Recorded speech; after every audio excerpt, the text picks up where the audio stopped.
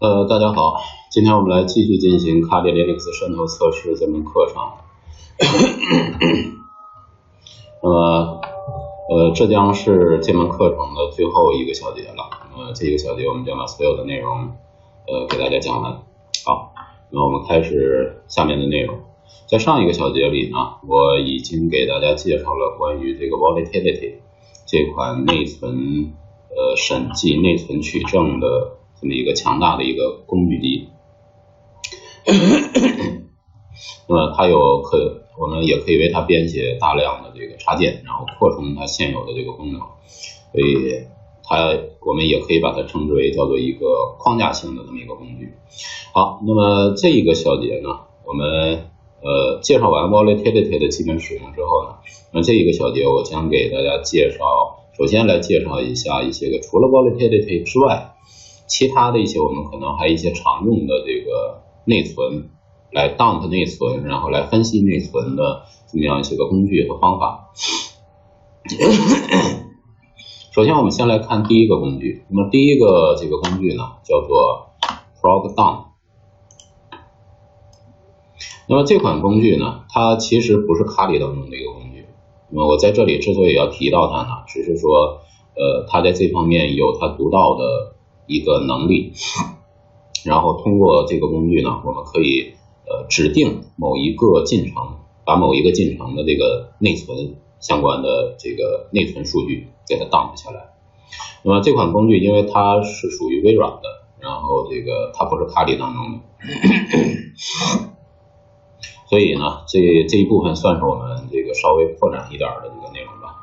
如果说我们想下载这个 prog dump 的话，那么可以到这个网址上去下载。那么通过这个网址，大家应该可以看得出来，这款工具其实是属于这个 sysinternal 这个工具套件的。那么这个工具套件呢，我以前在课程当中其实不止一次给大家提到过。那么这是微软的一个非常非常权威的一个这个业界大神级的这个人物，叫马克拉西诺维奇，好几个马克。这个马克拉西诺维奇，Windows 的这个内核有一系列书叫这个 Windows Internal， 就 Windows 内核。那么那一系列的书现在不知道已经出到第6版还是第7版了。那么一直都是这个人为主来完成写的。写书的过程当然会有其他的一些个技术专家来配合的，但主要还是这个人。那么它是微软内核，不光是微软的，它是这个计算机系统内核方面的一个极其这个厉害的这么一个专家。那么它的这款工具呢，我们可以把它下载下来之后，然后在 Windows 机器上去直接执行。然后比如说你想这个dump 某一个进程的内存的话，比如说你想 dump 这个写字板，这个记事本这个进程它的内存的话，那你就可以使用 prog dump， 然后杠 ma 的话也就是内存， m 就是内存，然后 a 就是 all， 就是把这个进程的所有内存都给它 dump 下来。dump 下来之后呢，保存成一个文件，大概命令格式就是这样的。然后拿到这个文件之后呢，那么我们就可以通过像这个string 这样的一个程序。那么以前我们在 Linux 下运行过很多次 string， 那么其实在 Windows 平台上，这个马克拉西诺维奇这位大神，他也为 Windows 平台写了一个 string 的这个程序。那么大家可以到这个网址上去下载。Windows 下的 string 和这个Linux 下的 string 使用方法都一样，我们通过 string 去查看 dump 下来的内存。那么如果说我们假设现在你正在使用写字板这个记事本，正在使用记事本去编辑一篇文章，在里面写了很多的这个内容，那么这些内容都会保存在这个进程所属的这个内存空间里面。所以当你把它这个进程所属的内存空间全 dump 下来，保存成一个文件之后，那么你再用 string 去查看这个内存 dump 文件的话，那么你当时在这个记事本里面写的所有的内容都会被 string 给你显示出来。那么通过这种方法呢，其实我们就可以这个还原进程里面的这个数据。比如说这个你通过这个 volatility 发现这台机器上运行着一个进程啊，你把这个进程相应的这个内存给它 dump 出来，然后用这个 string 去查看一下里面的这个字符串。当然我这里要强调一下，就是 string 这个程序呢，它只能查看这种英文字符，然后如果是中文的话，它是这个不会给你做这个编码解码这样的一个动作操作的，它只是查询这个连续3个以上的这个 ASCII 字符，然后这个把连续3个以上的这种 ASCII 字符都给它显示出来。好，那下面呢，我就给大家做一下这个简单的演示。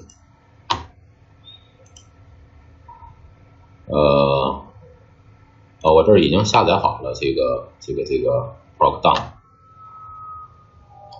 所以我们就直接打开虚拟机来去使用它就可以了。那么这里面要使用的就不是这个 Kali 了，而是这个 Win7 的系统。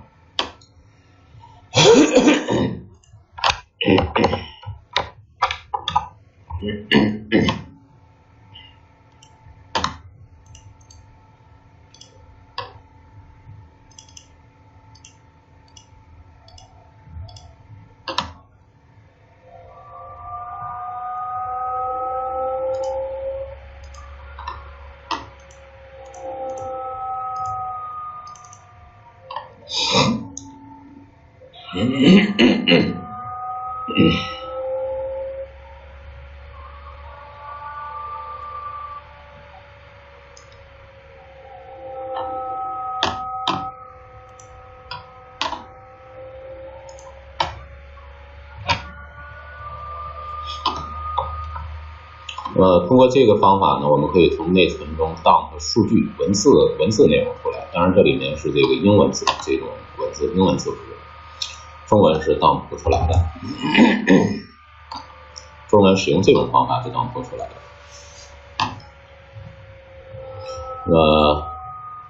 我们先把这个 ProcDump 给它拷贝进来。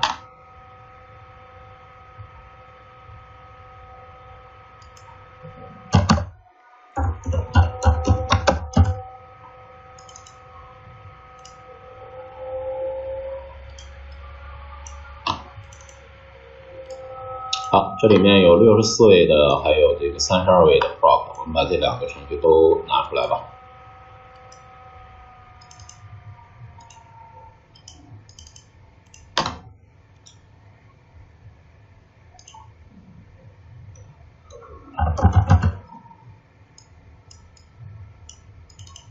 好，这个因为我们要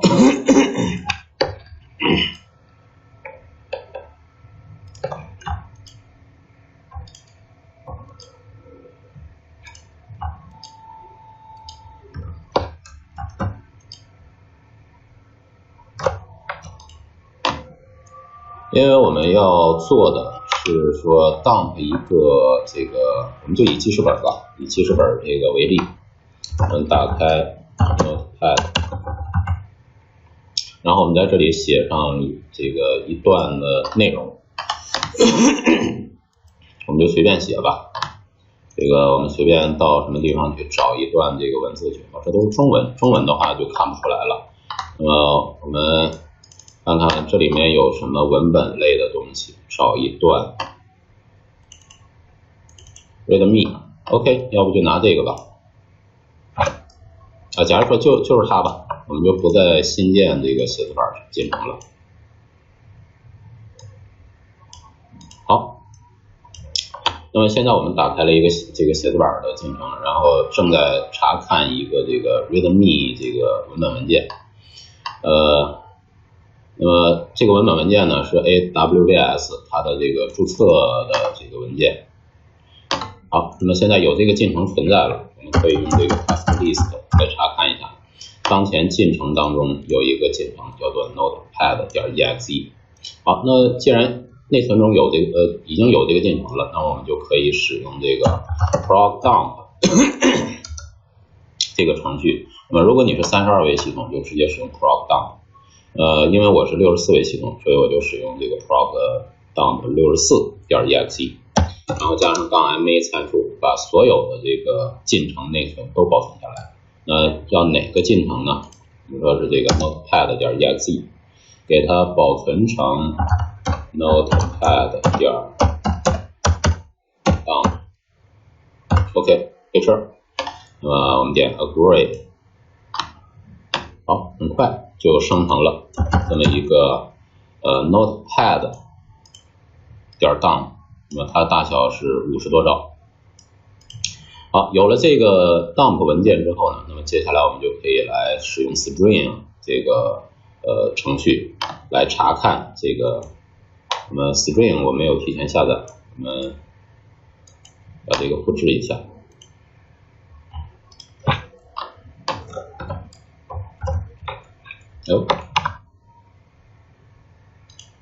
然后在我的主机上来运行它。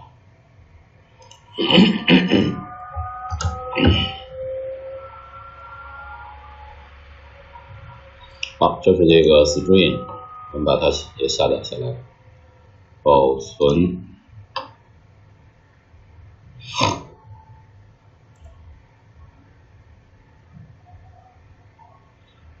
好，下载下来之后呢，我们把它给放到我的 D 盘里面去。放进去之后，然后我们回到虚拟机，从虚拟机把这个文件拷下来。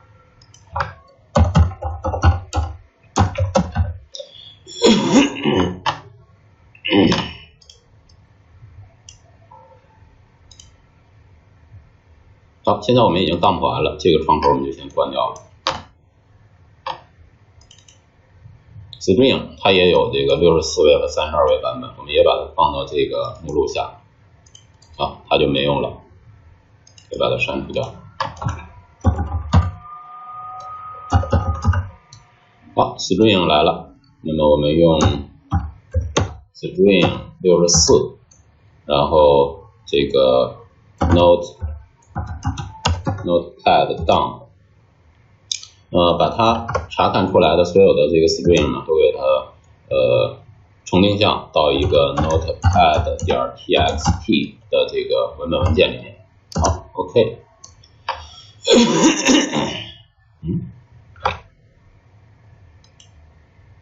出问题了吗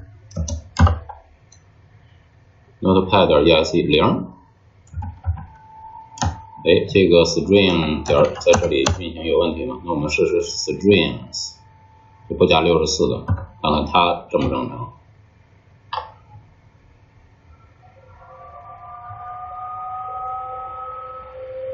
这个没有报错。我们看看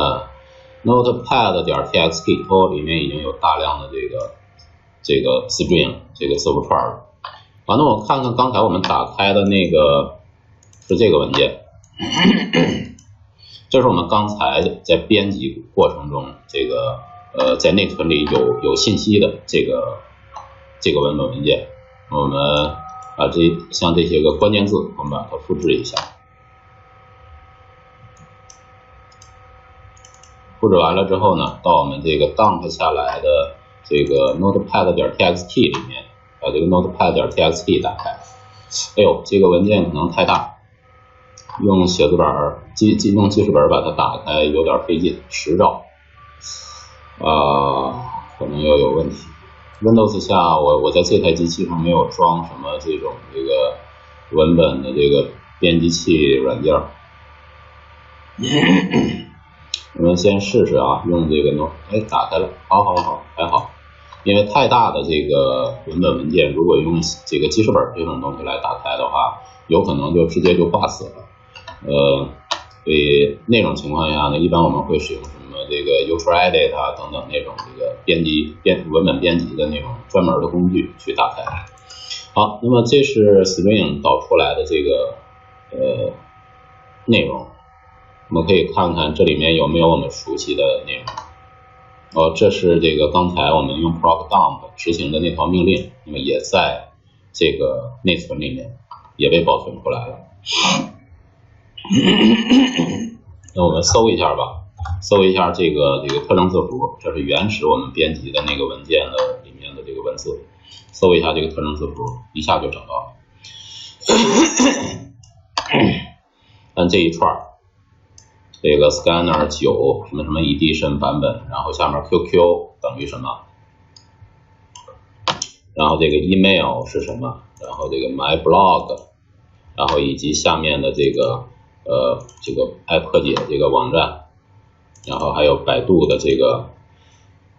当然这里面中文它就这个还原不出来了，因为 String 这个程序不具备这样的能力。好，那么通过这个我们就可以看出来，你只要是有英文字符的，那么我从你的 dump 内存里面就可以查看到这些内容。那么这种方法呢，不仅适用于像这个写字板这种简单的这个小工具，你如果用 Word、Excel 还是什么 PowerPoint， 还有甚至你在写邮件，用 Outlook 就 Office 的 Outlook 在写邮件，那么邮件的内容，你只要把那个 Outlook 的进程的内存也给它 dump 出来，然后拿 String 去一查，里面的这种英文字符都可以查看得出来，所以它不仅适用于这个Notepad 这种简单的小程序，其他的只要是文字处理的，那么它都适用。好，那么这是一个方法。通常来说，如果说这里面包含一些像是用户的这个密码这种关键的这个信息在里面的话，如果你正在编辑这个文本文件，大家有很多同学都有这种习惯，就是自己的密码多了记不过来，然后拿一个这个文本文件，所有的密码都记在里面。那么如果这个时候你正在查看这个文本文件的时候，那么你的内存被别人dump走了，那么你的这些信息就很可能就全都泄露走了。好，这是从内存里面这个取证取这个文字内容的英文字符文字的这个内容的一个方法。那么下面呢，我们既然能够取文字的话，那能不能取图片呢？我们说这个取图片呢，我们后面还会有另外一种方法，但是这个在这里呢，我要给大家介绍的是一种这个比较奇葩的方法。那么为什么说奇葩呢？一会儿大家就知道了。这个比如说我们在这个使用画图工具，这个是很好理解的。我们在这台机器上使用画图工具，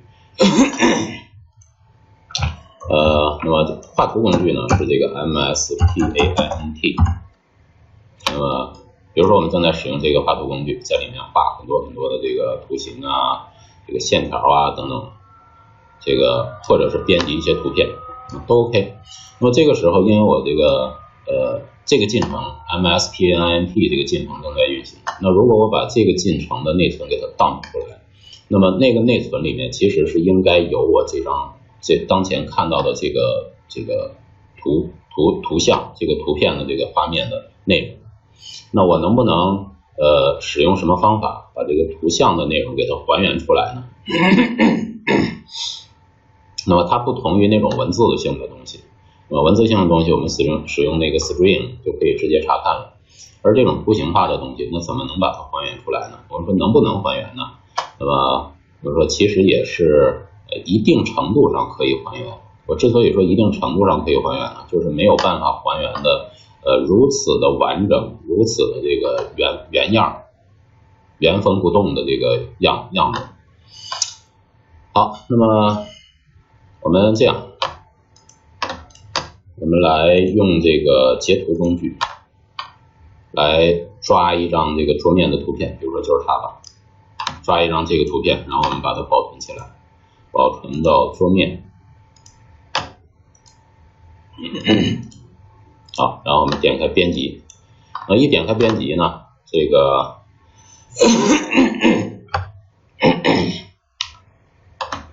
一打开编辑，那么我们就打开了这个画图工具。那么画图工具这个进程呢，我们现在来查看一下。我们用这个 task list 来查看一下，画图工具的进程就叫 mspant.exe。那么我们跟刚才的做法一样，还是这个 proc dump 64。当然，你用 proc dump 不加64，其实应该也可以用，在这个64位的操作系统上。好，杠 ma 哪个进程呢？mspant.exe。然后把它的内存 dump 出来，保存成 mstant 点 dump， 这个事儿94兆。mspnint 945兆大小的这么一个 dump 文件。好，那么这个还原图片的这个能力啊，在 Windows 下我们就做不了了，还得找 Kali。那么 Kali 当中是有办法可以一定程度上还原出当前你看到的那张图片。我们先把 mspnint 这个 dump 文件呢，把它给就剪切吧，直接剪下来。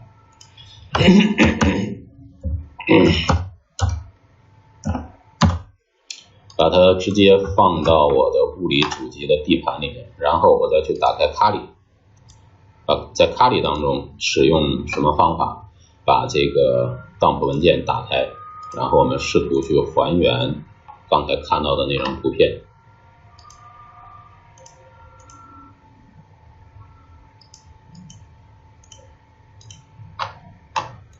好，我们现在启动Kali。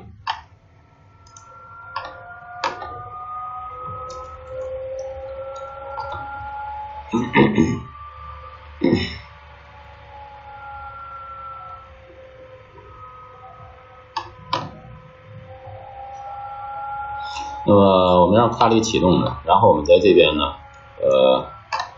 再准备一个这个 dump 文件。那么这个 dump 文件呢，我们就不使用画图了，因为画图这个大家太好理解，就是我正在使用画图工具，然后呢，这个我看到的图片，然后从内存中还原出来，这个好像大家很好理解。那么还有一种情况，就是这个我们敲 mspsc 会打开远程桌面连接的这个工具，比如说我现在去连接另外一台机器，比如说我连接这个 IP 地址，那么我现在需要连接它的这个远程桌面，打开了，那么这是要登录的这个远程桌面的这个窗口。那现在我有一个进程了，我再用这个 task list 来查看一下。我现在正在要远程桌面去连接一个机器，那么现在我的进程列表里就多出了这个远程桌面连接程序它的这个名称。好，那我现在如果把这个远程桌面连接这个进程它的内存也给dump下来，那我是否能查看到当前要登录的这个窗口这个界面它的这个图像呢？因为我们知道这个远程桌面其实它所有的操作都是在远程做那台服务器远程那台机器上去做操作，然后远程那台机器只是把那台机器上的一个图像结果发到我这台这个发起远程桌面连接的这台机器上。那么既然它传过来的是图像信息，那如果说我去抓它内存里的这个内存的数据的话，那能不能把这个它传过来这个图像信息给还原显示出来呢？那我们来试一下。proc dump .ma， 然后这个 mstsc 点 exe， 然后把它保存成 mstsc 点 dump。好，这106兆。OK， mstsc 把它给 x，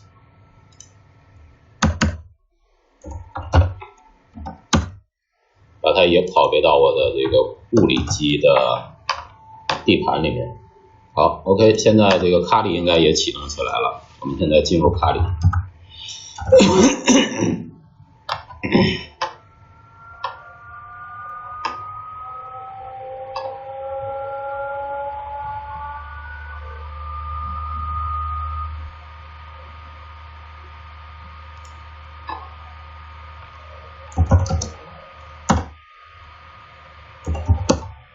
进入Kali之后，我们先把这两个文件给它拷贝进来。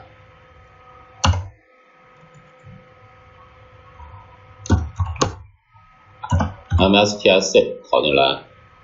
然后再把这个 mspnint 也拷进来。好，这两个文件都在了。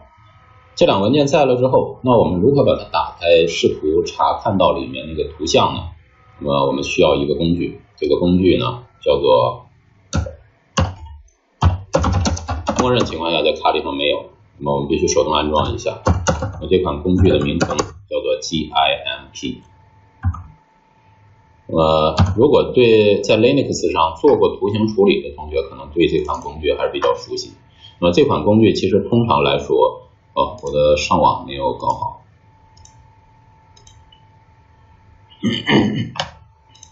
那么通常来说，这款工具每次谈到它的时候，基本上都是在和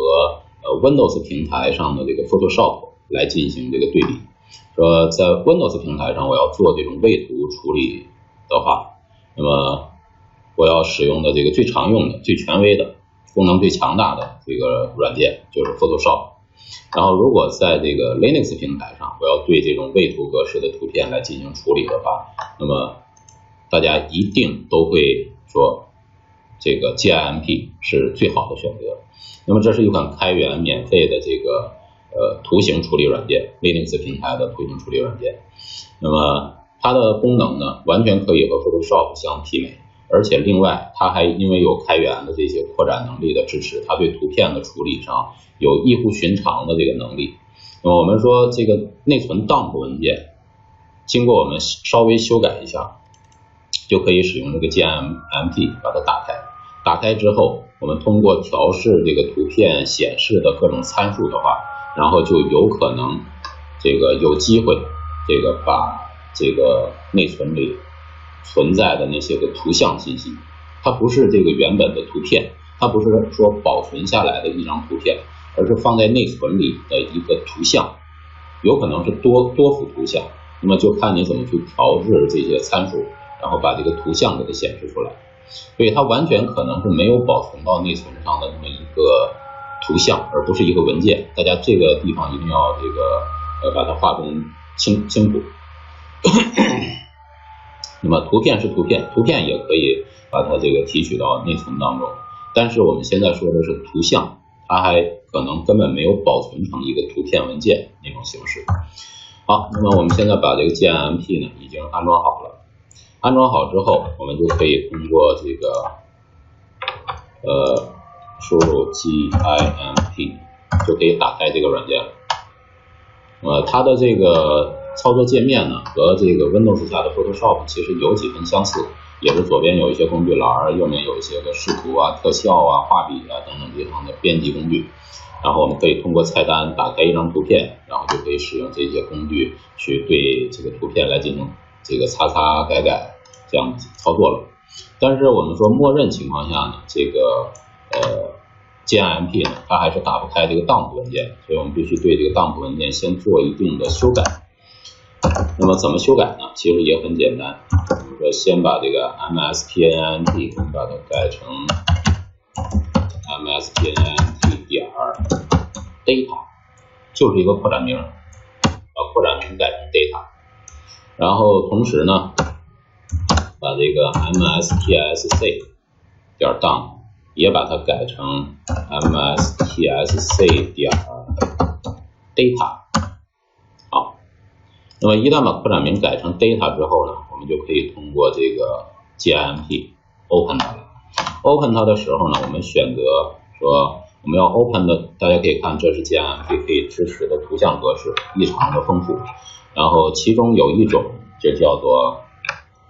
raw image， 就是原始格式的 image 数据，就是图像数据，然后点 data 的文件，我们选择这一项。那一旦选择这一项呢，那么我们就可以在这里看到 MSPINT 和这个 MSTSC。我们先来一个吧，先来这个 MSTSC。 好，这就打开了这张图片，但是大家现在一看呢，这个图片完全不成样子，那么这个乱七八糟，全是一些小色点、小色块，那么我们需要来通过调整下面这些参数，来找到那个合适的位置，能把那个内存当中的图片给它正常显示出来的位置。比如说这个宽度，我们可以先通过调整，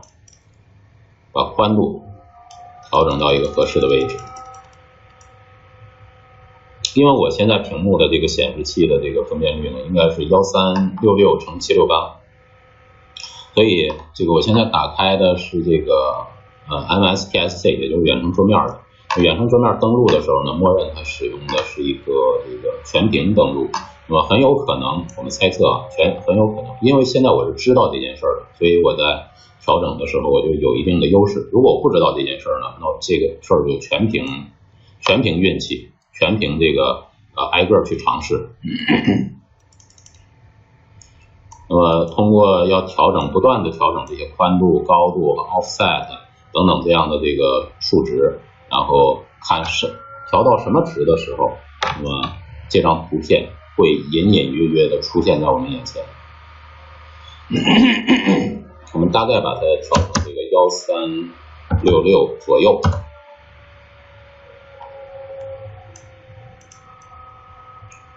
然后这个高度，高度差不多这样就行了。高度 OK， 1366×768，那我就把它直接改成768。好，然后呢，接下来我们去调整这个 offset， 这几个值啊，我们就得是这个挨个去碰。如果说你这个图片大小碰上了，然后再通过调 offset 的话，就很有可能把它给调出来。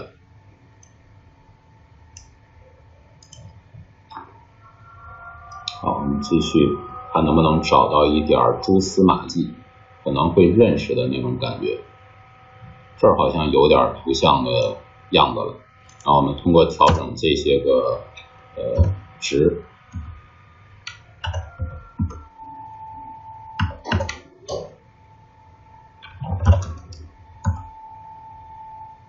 大家可以看现在这个纹理啊，有点是往这个方向倾斜的。那我们通过调这个值呢，比如说把它改成7，这个角度感觉现在是更大了还是更小了？我现在这个判断不出来，它是变得更大了还是更小了。60，这个肯定应该是一张图片，然后它的这个纹理在这个偏出去了。然后我们把它改成8、9、70、71、72，大家看这个角度在不断的往回收。朋友们，74，哎，看到一点样子了。75、76 ，OK， 看到了一个图片。那么这个图片呢，并不是刚才我们远程桌面登录的那个图片，而是 Windows 的那个 logo， 说明这个图片呢也存在内存当中。那么只是说可能而且还倒过来了，这个不是正的图片。说明这个图片也存在内存当中。然后呢，只是说这个它不是我们刚才这个，可能是 Windows 的这个版本呢是 Win7 专业版。我们猜测有可能是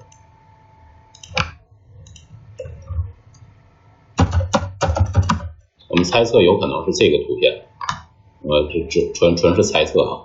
有可能是那个图片。那么那个图片的信息呢也放在内存当中，在我们查看这个内存的过程中就把它显示出来。那么这不是我们要找的那个这个远程桌面登录的那个图像。我们继续找，看这儿好像这个大家一看到这个左斜、右斜、倾斜，这个就可以来这儿尝试一下，修改一下它的这个宽度。不行，不能更大，这个回到66试试，65试试，65就偏那头去了。这个高度一般来说不会起到什么作用，那么但是这个宽度在这个调整参数数值调整里面是非常重要的。你再往前拉，哎，好像要出现了。OK， 回来调整这儿，6，不行，偏更大了。64 ，OK 是64。这是我们刚才登录这个2003的那个这个界面啊，当然看起来已经有点模糊了。那么我们看看往后拉能不能再找到其他更清晰的图片了。但是这已经能证明说当前那台机器正在想要远程桌面登录一个目标的这个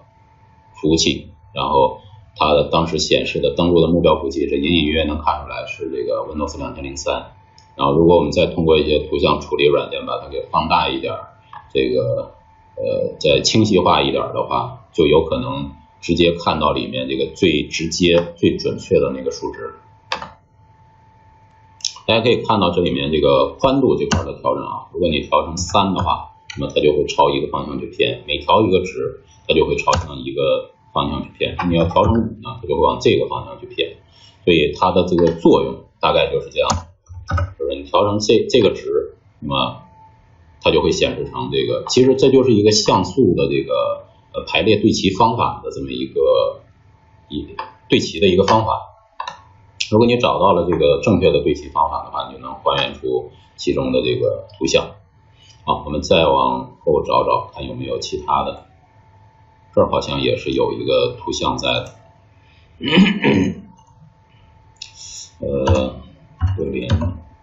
60好像更偏了，61、62、63、67好像偏那头去了，这可能不是一个这个能够看的图像，可能是一个很小的这个图像，然后在这里面我们给它放大了。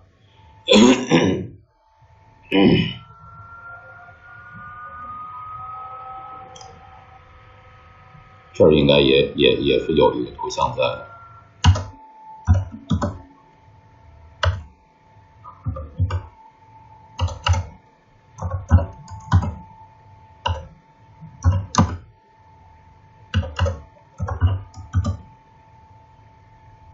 不行，好像找不到它这个变化的趋势。我们得通过它那个变化来判断它这个趋势。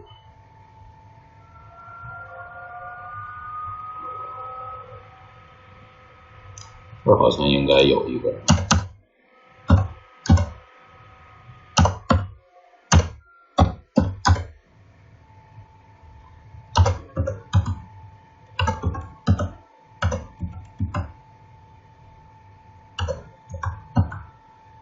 好像朝那个方向去了，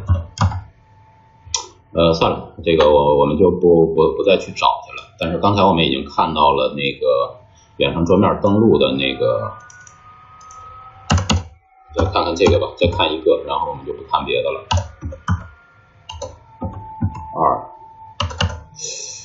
40吗？哎，40回来点儿，这个30吗？30好像还差不多了吧。30已经差不多了，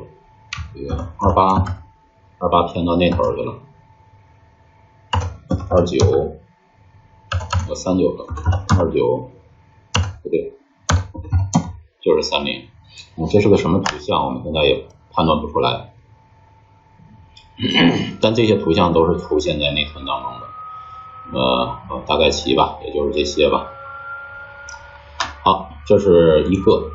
那么下面我们再来看一下这个画图。画图这是一个 Windows 窗口的那个这个图片，我们看能不能找到它。并不一定，我刚才算是运气好的，这个并不一定每次都这么运气好，说很快就能找得到。画图那个我们看一下那个图片它的这个大小啊。刚才我们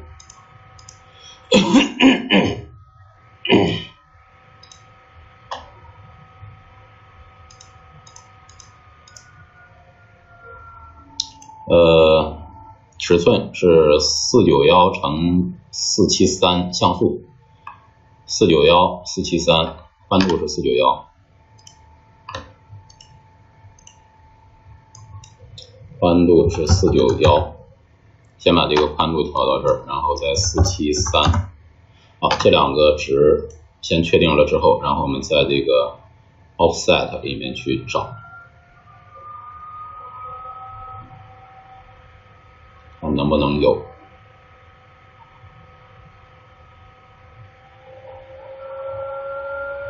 像这儿就有可能有图片，已经看到那明显的这个倾斜的趋势了。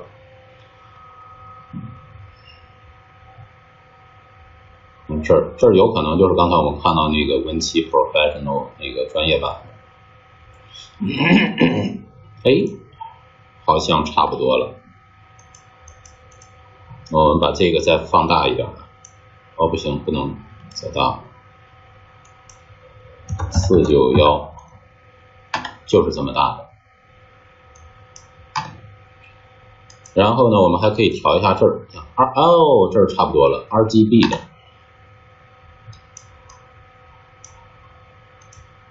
这就不行了，就跑了。这个就是491，但是我们现在看到的呢，是已经被这个切成2部分了，不是一个完整的。但是通过这儿，我们也大概能够判断出来一些个这个影子，就是这儿也有的时候我们也需要调整一下。如果你在 RGB 就是看不出来个所以然的话，可以上这个其他的模式里面来看一下。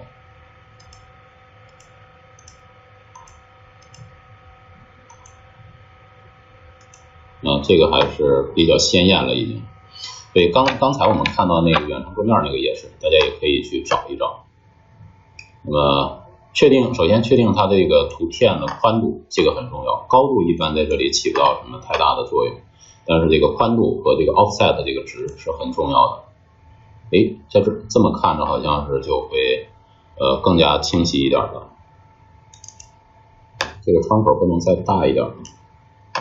再大一点应该可以看得更完整点。那如果说这是一个这个犯罪分子他使用的计算机，然后他在他的计算机上处理了一些图片，然后有拍摄这个他去这个伤害的那个被害人的一些个照片图片如果说你从他的这个计算机内存里面取得了大量的这种信息的话，基本上可以判定他正在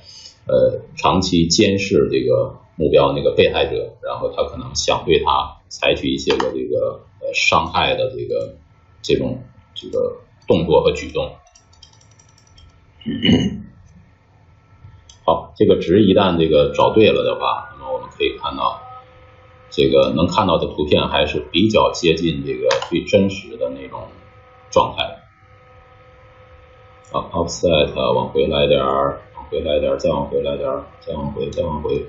再往回来点儿。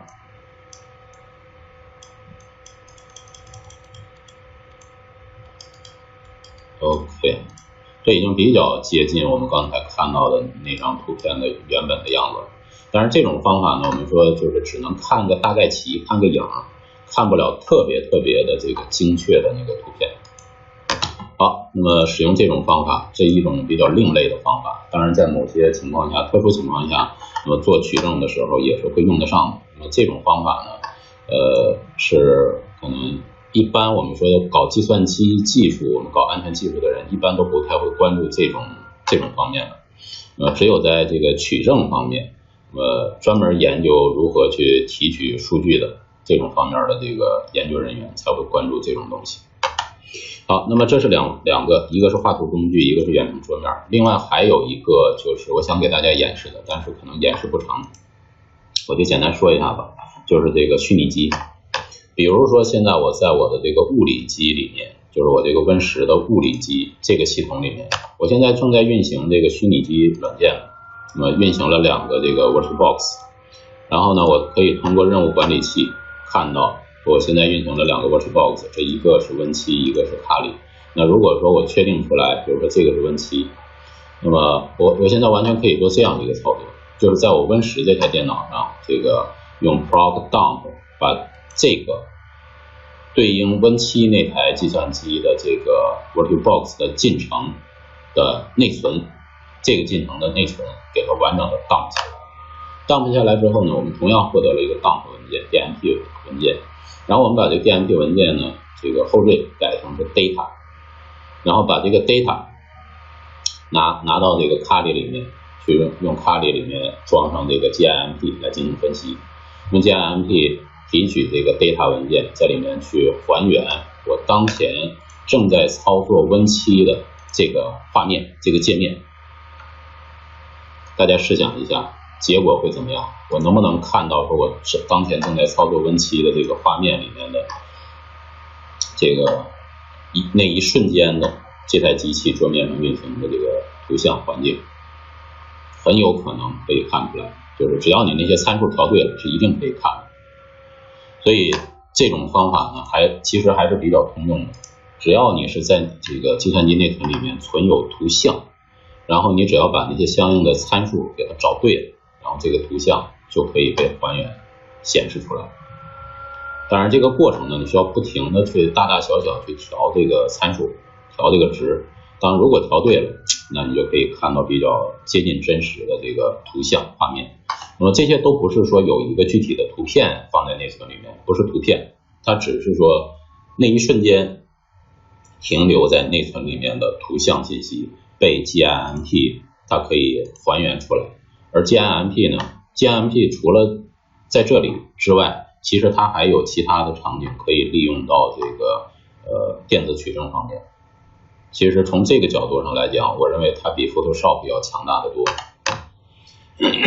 好，那么这个我就不给大家做演示了，因为我这台物理机是8G 内存，我再把它这个 proc dump 下来，再拷贝到虚拟机里面，然后再如何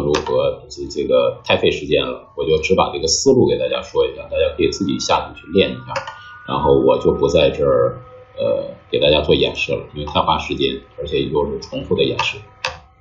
好，那么我们继续后面的内容。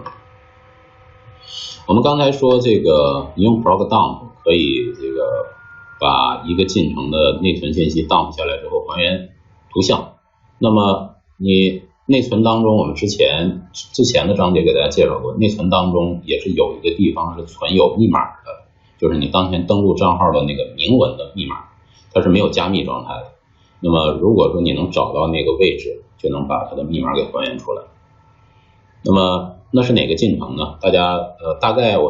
家回想一下，应该是在这个提权那一章吧，大概7、8章左右的这个提权那一章，我们给大家这个介绍过，就是这个存放在内存当中的那个密码，那么它相关的那个进程叫做 LSA， 也就是本地安全什么 assistance 那么一个这个进程。然后这个进程的具体的名字叫做 LSASS.exe， 然后我们 Windows 的系统上肯定每台机器都有这个进程，因为你只要登录了，那么就会你的登录、你的这个权限、你当前用户的这个权限对这个你的令牌、登录的令牌，那么这些都是由 LSA 来接管的。比如说我们随便哪台 Windows 电脑上面一定都有 LSASS 这个进程。LASS 这个进程，而且它的这个用户是 system 权限，因为它的这个权限要求比较高，要以 system 权限来管理这个登录的每个用户它的这个安全令牌。这个进程呢是在我们登录这个计算机 WinLogon 登录之后，然后它来接管这个安全令牌这个任务的。好，那么现在我们就来试想一下，既然你登录之后由 LSASS 来接管你这个登录的这个权限的这方面处理的话，那么这个进程里面是不是就它的内存里面，这个进程的内存里面是不是就包含了你的这个登录信息、账号密码信息，是不是就存在这儿了？我们也可以来试一下。好，那么我们就把这个进程的这个内存给它 dump 下来。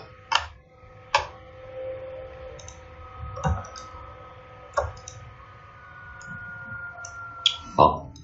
我们还是用这个 proc dump 64-ma， 然后 lsass.exe， 然后把它保存成 lsa， 叫 lsa 吧.dmp。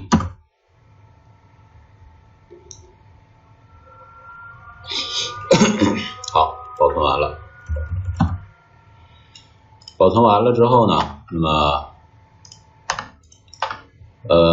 dump 文件有了，这个 LSASS 的这个内存有了，那么我们怎么去分析它呢？怎么查看里面的这个密码呢？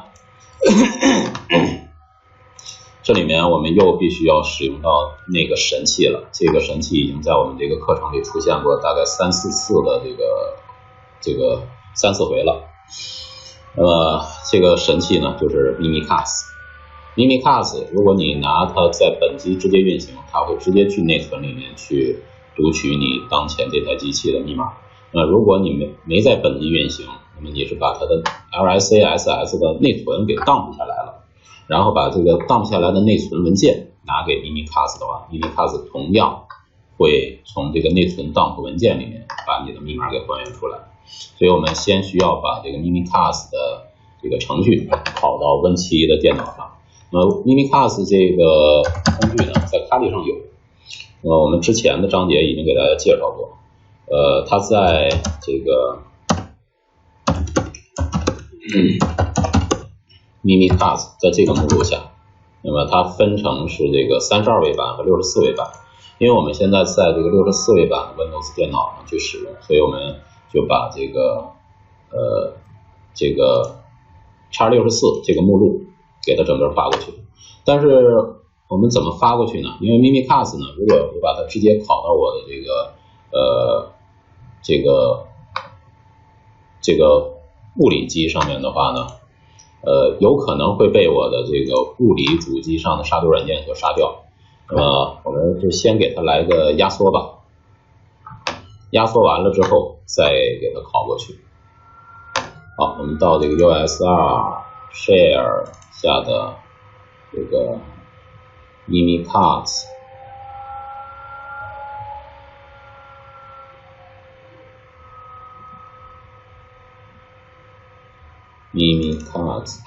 然后把64这个给它压缩一下，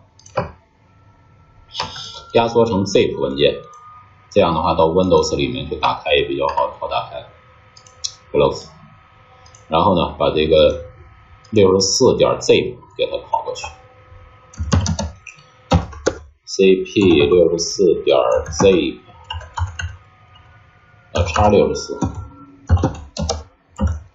x64.zip 拷贝到我的物理主机的地盘上，然后再从 Win7上把它拷进来。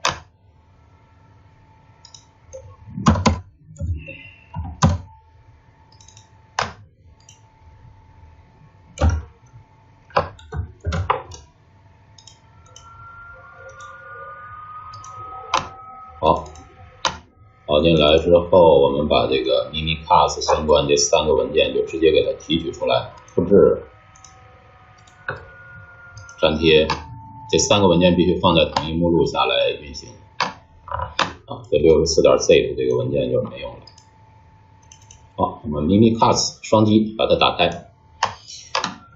打开之后，还记得我们这个东西怎么用吧？它没有什么这个 help 参数，就直接敲一个错误的模块，它就把你正确都有什么模块就告诉你了。那么我们要用的模块呢是这个跟 LSA 相关的这个模块，就是这个叫做 SEKURLSA，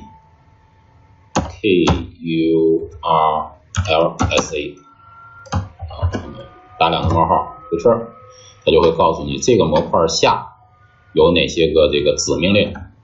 我们要用哪个子命令呢？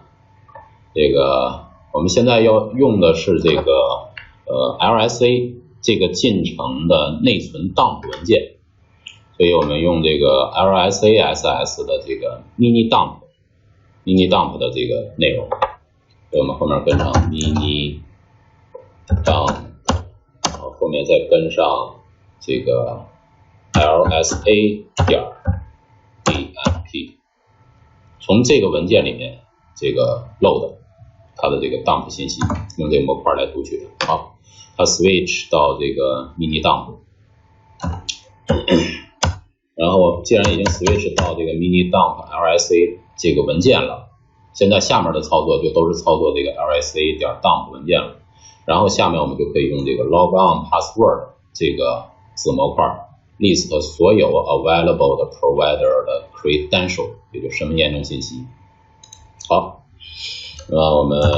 logon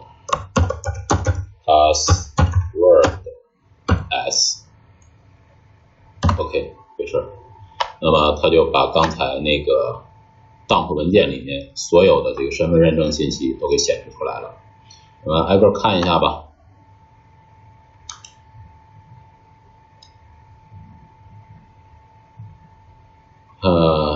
这是 username 这是机器账号的这个 Panbox， 我那台机器名叫 Panbox。然后我们重点关注的 username 就是 L local service， 然后找 username Win7， 然后 password v 还原出来了。好，这是通过这个本地来这个把内存给它 dump 下来之后，然后用这个 Mimikatz 来进行这个找密码的。那么我们突然间想到说，这个上一小节给大家介绍这个 volatility 的时候，那么我们用 volatility 从那个内存的这个 dump 文件里面，其实是还原出了用户，也还原出了用户的哈希值，但是缺了一样东西，就是上一个小节我这个遗漏的东西，那么没有还原出明文的密码。那既然通过这个 Mimikatz 可以找到它的明文密码的，那通过 volatility 能不能找到呢？答案肯定是可以的。那么但是呢，这个我们说 volatility， 因为它的所有功能都是通过插件来完成的，那么默认情况下 volatility 里面的插件没有包含这个 Mimikatz 的这个功能。而如果说我们想使用这个 Mimikatz 这种能力，从这个内存里面去找到明文密码的话，那么我们就需要找到 Mimikatz 的这个插件，找到了这个插件，把它放到这个 volatility 的这个插件目录里面，那么我们就可以用 volatility， 也可以直接从那个整个的内存 dump 文件里面直接去找用户的账号和密码。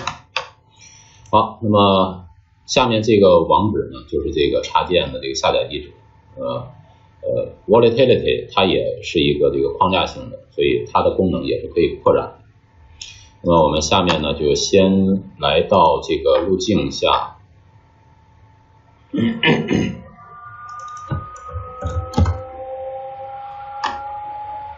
找到这个插件的这个代码。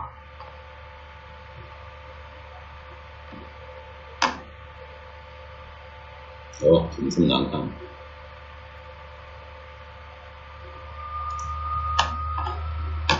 好，我们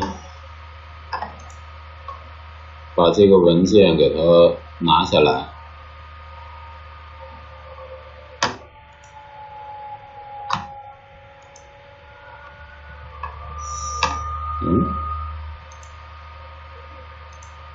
算了，我们直接复制这个文件的代码内容吧。我们看它的原始文件的内容，然后把这个代码给它复制下来。走啊！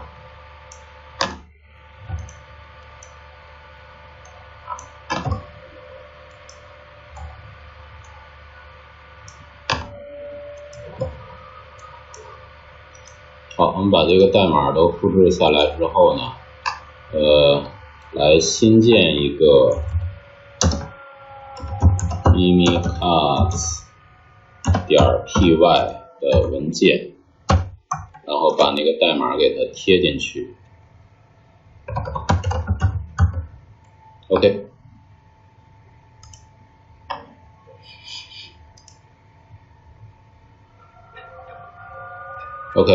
应该没问题。然后我们把这个 Mimikatz.py 拷贝到，直接挪过去吧。把它挪到杠 USR 下的 lab 下的 Python 2.7 下面的 list package， 然后下面的 volatility 下的 plugin 拷贝到这个目录下。OK， 拷下去之后呢，拷进去之后，那么我们现在的 volatility 就也具有了 Mimikatz 的这个能力了。它也可以从内存当中去这个直接来提取用户的密码的。那么我们现在还没有，我们上一小节有这个Win7那台电脑的这个完整的内存 dump 文件，我们把那个文件拷贝过来，7.raw 拷贝到当前目录下。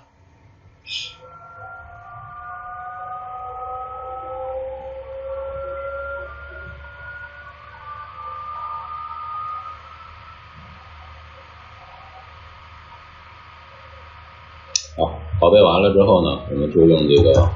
volatility f 7.raw， 然后先查一下它的这个 image info。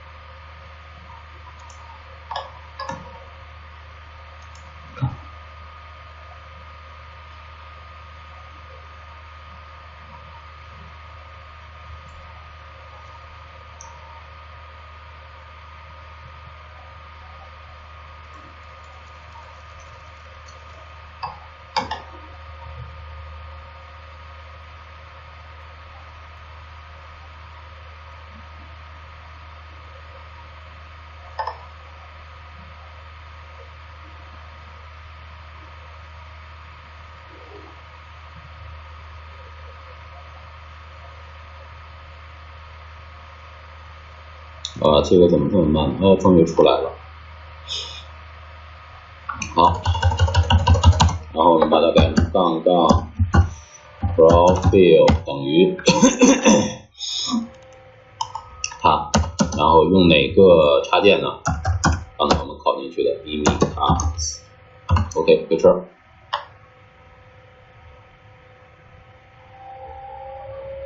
这个快。那么 desist Win7 Panbox 这台机器，它的密码是 VV。OK， 那么也就是我们用这个还是用 Mimikatz 的这个它的这个软件的功能和思路，只是说我们用 Mimikatz.py 这个脚本来实现了 Mimikatz 的这方面的功能，然后把它作为一个插件提供给 Volatility 来使用。OK， 这是两个这个通过内存去获取账号密码的这种取证方式。然后下面呢，我们再插一个这个另外的一个这个 volatility 和这个 proc dump 呢，这个 proc dump 我们就说到这儿了。然后下面这个是另外一个这个软件了。另外这个软件呢，它是做这个 Firefox 浏览器的这个审计的这么一个工具。那么这款工具呢叫做 Dumpzilla。那么这款工具也是这个卡里当中这个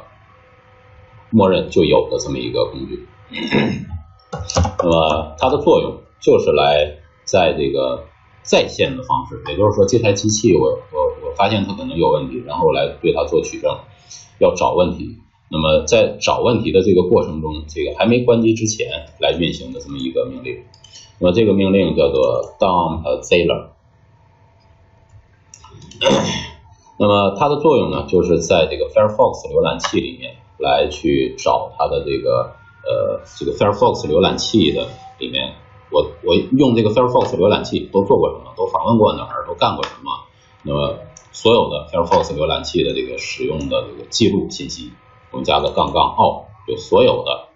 Firefox 浏览器的记录信息，我都把它要查一下。然后因为默认情况下 Firefox 浏览器它的这个一些个配置啊，以及这个历史信息啊存储的位置呢，都在你当前用户下的.mozilla 下的 Firefox， 然后后面这一段呢是每个人每个用户每台计算机都不一样的，是当前你这个用户他的自己的一个这个用户的这个默认的 Firefox 浏览器的这个主目录，它的这个程序主目录那么我们把这个主目录给它指到这儿，就 default 的，你看你那个 Firefox 前面 Firefox 这个目录下这个 default 前面是什么，跟我这个肯定不一样。但是你把你的那个目录也写到这儿，然后刚刚好，你就可以查一下自己的这个 Firefox 浏览器它的一些历史了。比如说这个 cookie， 我发现我的浏览器里有5个 cookie， 然后 DOM 数据有3个，然后这个表单发现了2个 ，URL 历史我访问了15个 URL 地址，然后这个 bookmark 也就是这个书签儿，然后还有这个证书，然后 web total web in last session 上一个会话里整个所有的这个 web 访问会话。好，那我挨个看一下吧。这个我访问过这个，这是我刚才去拿这个mimikatz.py 的那个访问的 URL， 所以这是我刚刚去用 Firefox 浏览器访问的一个网址。那么立马我再来查的时候，它的这个历史数据、历史信息就已经被显示在这儿了。好，我们再往上看，看看还有其他的什么东西。这也是我曾经访问过的一个 IP 地址。然后这个 bookmark， 就我曾经这个记了一些书签，就是觉得这页不错，然后我把它给保存下来了。然后这个还有这个exploitdb 啊，然后 aircrack 啊，还有这个 Kali 啊，然后这个 doc 文档 Kali 3W Kali， 然后 offensive security， 然后 Mozilla 等等等等，这都是我这台机器这个曾经访问过或者是书签里有的这么一些个记录信息。好，这是 bookmark， 就是这个书签的部分。然后上面呢，这是这个 history 的话，就是我曾经历史访问过的这个页面了。访问过这个页面，然后我要去做登录。然后再往上看呢，这是表单里存了2个表单信息，然后这是登录某个 web 页面的这个 username。还好这个密码没显示出来啊，不然我就这个课我就得重录了，泄密。好 ，OK 。那么上面还有个什么？这是 DOM， 然后再往上是什么？这个 cookie， 这些个机器在我的这个 Firefox 里存了这个 cookie 信息。这是 Firefox， 我现在当前 Firefox 这个浏览器里面记录的所有的这个各种各样的历史的这个数据信息。好，那么这个工具呢，就这个 Dumpzilla， 这个名字呢，基本上也就从这个 Mozilla 这来的，它是 dump 你这个 Mozilla 的，把你这个浏览器里所有的信息都可以取证取出来。这是一个另外的一个工具。好。以上呢，就从这儿往上，就是我们已经把活取证给大家都介绍完了，像什么这个 dump proc 呀，然后 volatility 呀，像还有刚刚介绍的这个 Dumpzilla 啊，那么这些都是活取证，也就是我觉得这台机器有问题来了之后呢，我就在当前这个系统上，当前开机的这个状态的登录绘画里面，然后我去可以查哪些东西，可以查哪些信息。好。查完之后呢，那如果觉得这个还不完整还不完善，怕这个自己的操作又把这台机器上的一些个这个文件等等的损坏掉了，那么就下一步我们要做的活取证完成之后，下一个阶段要做的就是这个死取证。所谓死取证呢，也就是说我把机器关了，无论是直接拔电还是正常关机，总之我把机器关了。关完之后呢，我要把这台机器的整个硬盘给它做一个镜像，完整的镜像，保存下来之后，那么我对这个硬盘镜像可以去做分析。那么上一个小节我已经给大家说过，就是硬盘的完整镜像是说把你硬盘每一个磁道、每一个扇区里面记录的那个字节是0还是1，那个位一个一个的完整给镜像一份过来。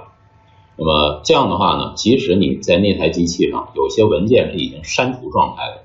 那么一般情况下我们说这个删除一个文件，在文件系统里面其实只是把这个文件的这个文件名第一个字母给它这个标记了一下，标记说这个位置是已经被删除的文件，但实际是整个内容文件的内容占了多少扇区，多大的硬盘空间，占里面的具体内容完全都在那。对于操作系统给用户看，它只是操作系统为了给用户看，它只是把这个文件的名的第一个字母给标记了一下，说这儿没有了，但实际所有东西都在那儿。所以因为有这个删除的这么一个机制原理在这儿，所以如果说我们一个一个位去镜像拷贝过来的话，也就是会把那些已经标记为操作系统已经标记为是已删除的文件，它对应硬盘里面每一个字节每一个位一个位一个位的全都给 copy 过来了。那么 copy 过来，我们把这个硬盘的镜像文件拿过来做分析的时候，对里面一分析，我们就可以发现说，哦，某某地方曾经有一个文件，然后它第一个字母被标记成已删除了。那既然标记成已删除了，那我们就可以还原它了，就整个把你第一个字母再改回来，然后再把它整个恢复回来，这样的话就可以实现一个文件的这个恢复了。所以我们说这种硬盘镜像呢，可以对你已经在硬盘里删除的文件来做一个很好的这个还原。那要还原的时候呢，我们就必须先要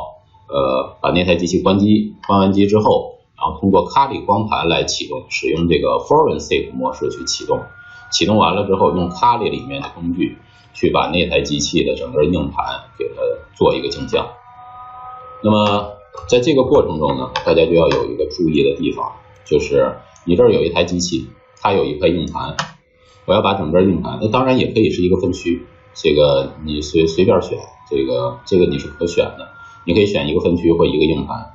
那么然后你用这个Kali这个光盘去启动这台机器，启动完机器之后呢，把这个分区或者是这个整个硬盘做镜像，镜像完了之后呢，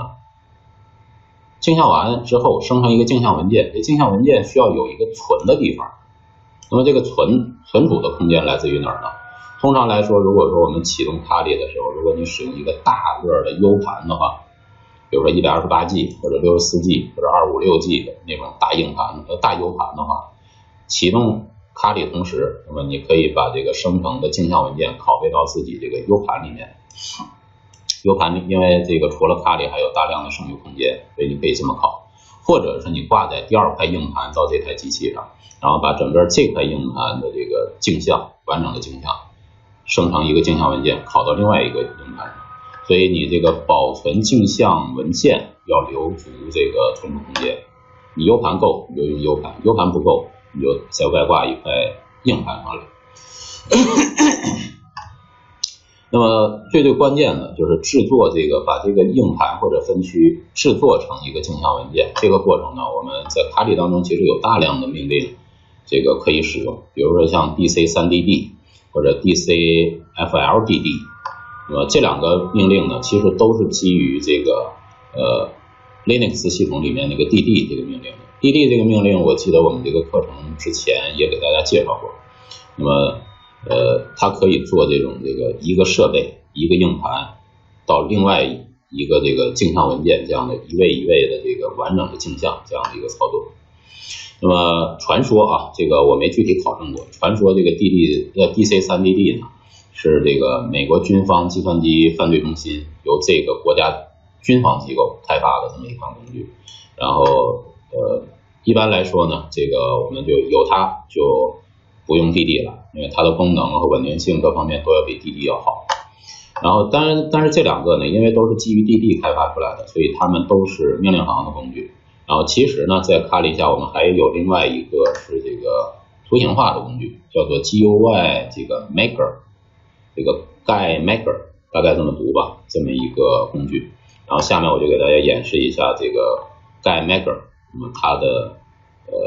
如何来把我们这一个硬盘给它生成一个镜像文件，大概演示一下吧。因为这个把整个一个硬盘一位一位的全都给镜像过去的话，那你的硬盘比如说是80G 的硬盘或者100G 的硬盘，那么镜像过去那个镜像文件也肯定是至少是80G 100G， 所以我们不会有那么大的空间和那么长的时间来给大家做这个演示。所以我这儿只是演示一下怎么生成这个镜像文件。生成完了之后，一会儿给大家做演示，怎么去分析这个镜像文件的时候，我们用一个网上找来的现成的一个很小的这么一个磁盘的镜像文件，然后是一个分区的，只是一个分区的镜像文件。然后我们分析的时候呢，使用这个网上下载的这个镜像文件来给大家做演示、做分析。好，那么下面我们就来做这个演示吧。然后我们先把 Win7 这台给关了，我们就以 Win7 这台为例。假设说 Win7 那台机器我觉得有问题，是已经中招了，然后呢，我现在已经把它关机了，然后用卡里去启动这个 Win7 这台计算机。好，我设置，然后把光盘给它挂进来。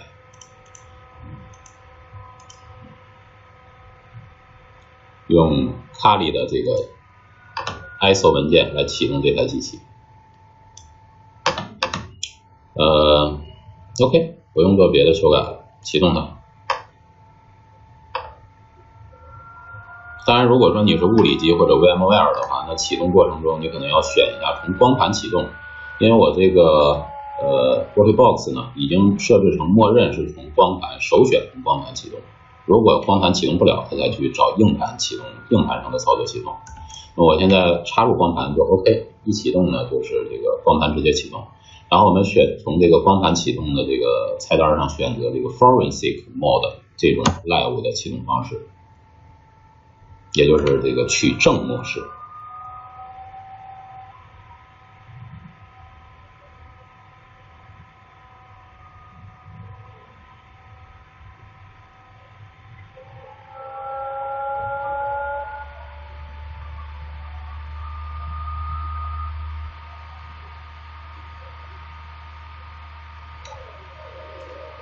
好，马上起来了。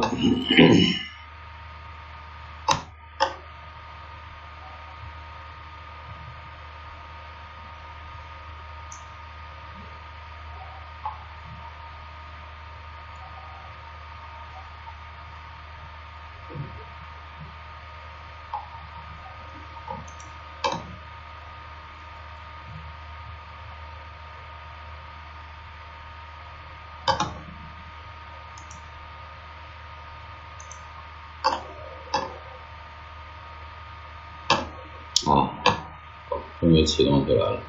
好，启动完了之后呢，那么这是从光盘上启动，所以我既然从光盘启动，那其实对这台机器当前这个硬盘是没有做任何修改的，所以这样的话也就能保证这个硬盘原始硬盘里面的数据是没有被破坏的，也就是保证它的完整性。好，那么接下来呢，我们就直接运行 GuiMaker。这是一个图形化的工具。好，那么GuiMaker cannot scan the device 连接 to this computer。它没找到连接到本机的这个硬盘，然后它没找到的话，我们可以选别的方式。你选择这个，它现在就让我们手动去选择这个扫描方式。通过这个扫描就可以发现我这台电脑上现在有哪些硬盘，有哪些 U 盘。那么去发现，第一个没找着，再试第二个，两个都试一下，肯定能找得到的。因为默认情况下这硬盘是没挂载的，所以这个它找不到是正常的。好，那这儿我们发现了，这儿有一个这个86G，其实应该是90G 吧，还是100G 的，我也记不清楚了。这么大的一个这个硬盘，这是 SDA 第一块硬盘。如果有多个硬盘的话，你要区分好，你要这个做哪块硬盘或者哪个分区的这个镜像。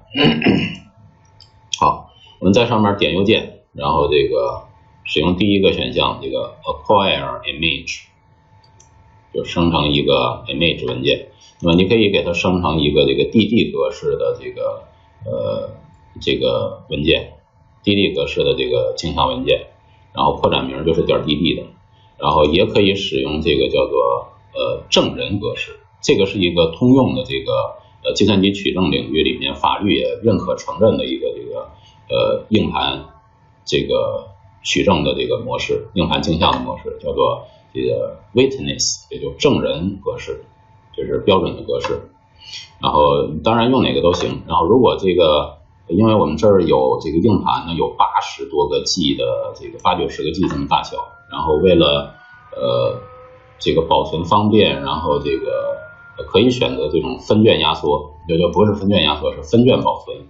是这个把原本80 G 的每2个 G 2047兆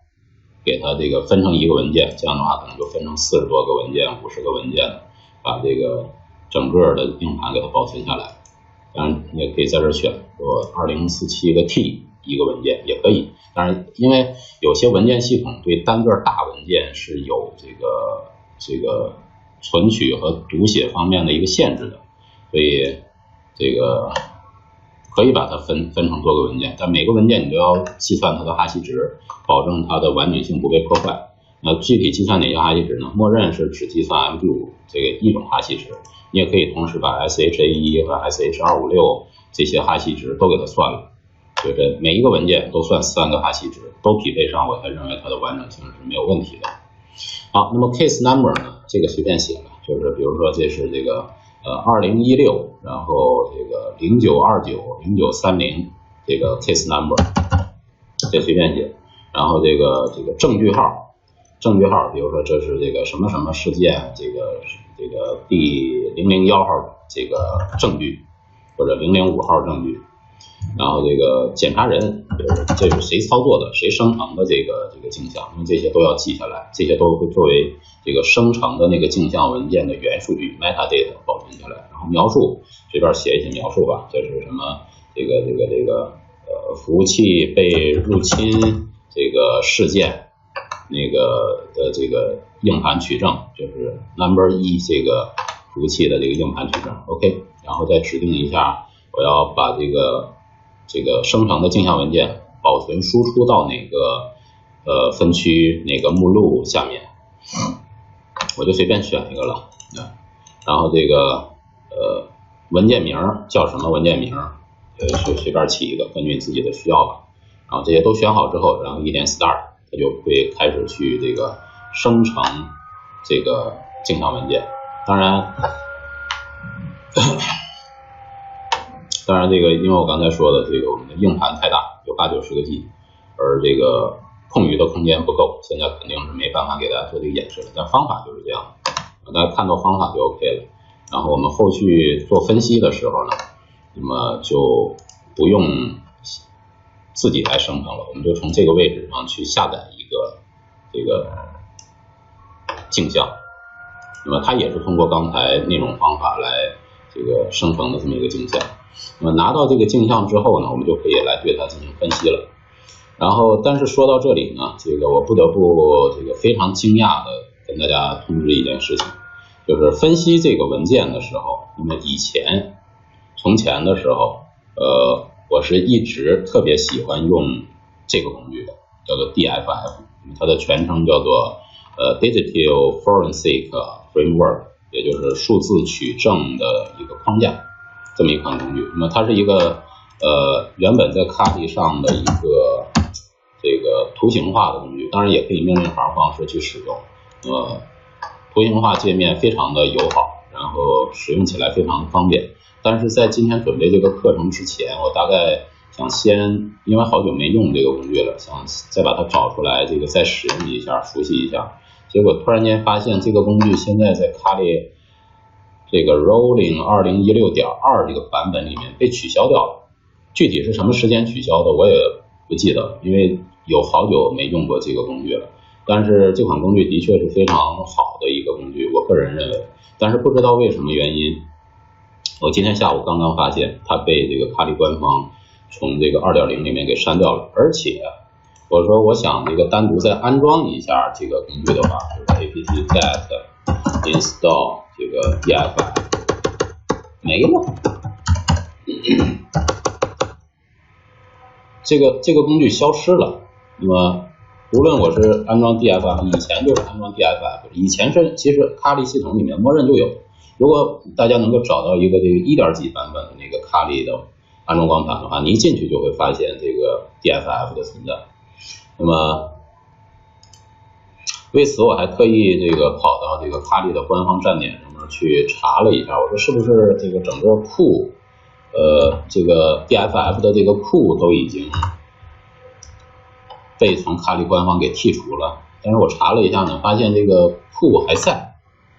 tool list 我们到这个 tool list 可以去看一下，DFF 在这儿，那么 forensic 这个审计工具里面还有这个东西，而且它这儿还给出了说 DFF 这命令行使用方式以及图形化使用方式呢，就用 DFF-GUI， 但是现在它居然这个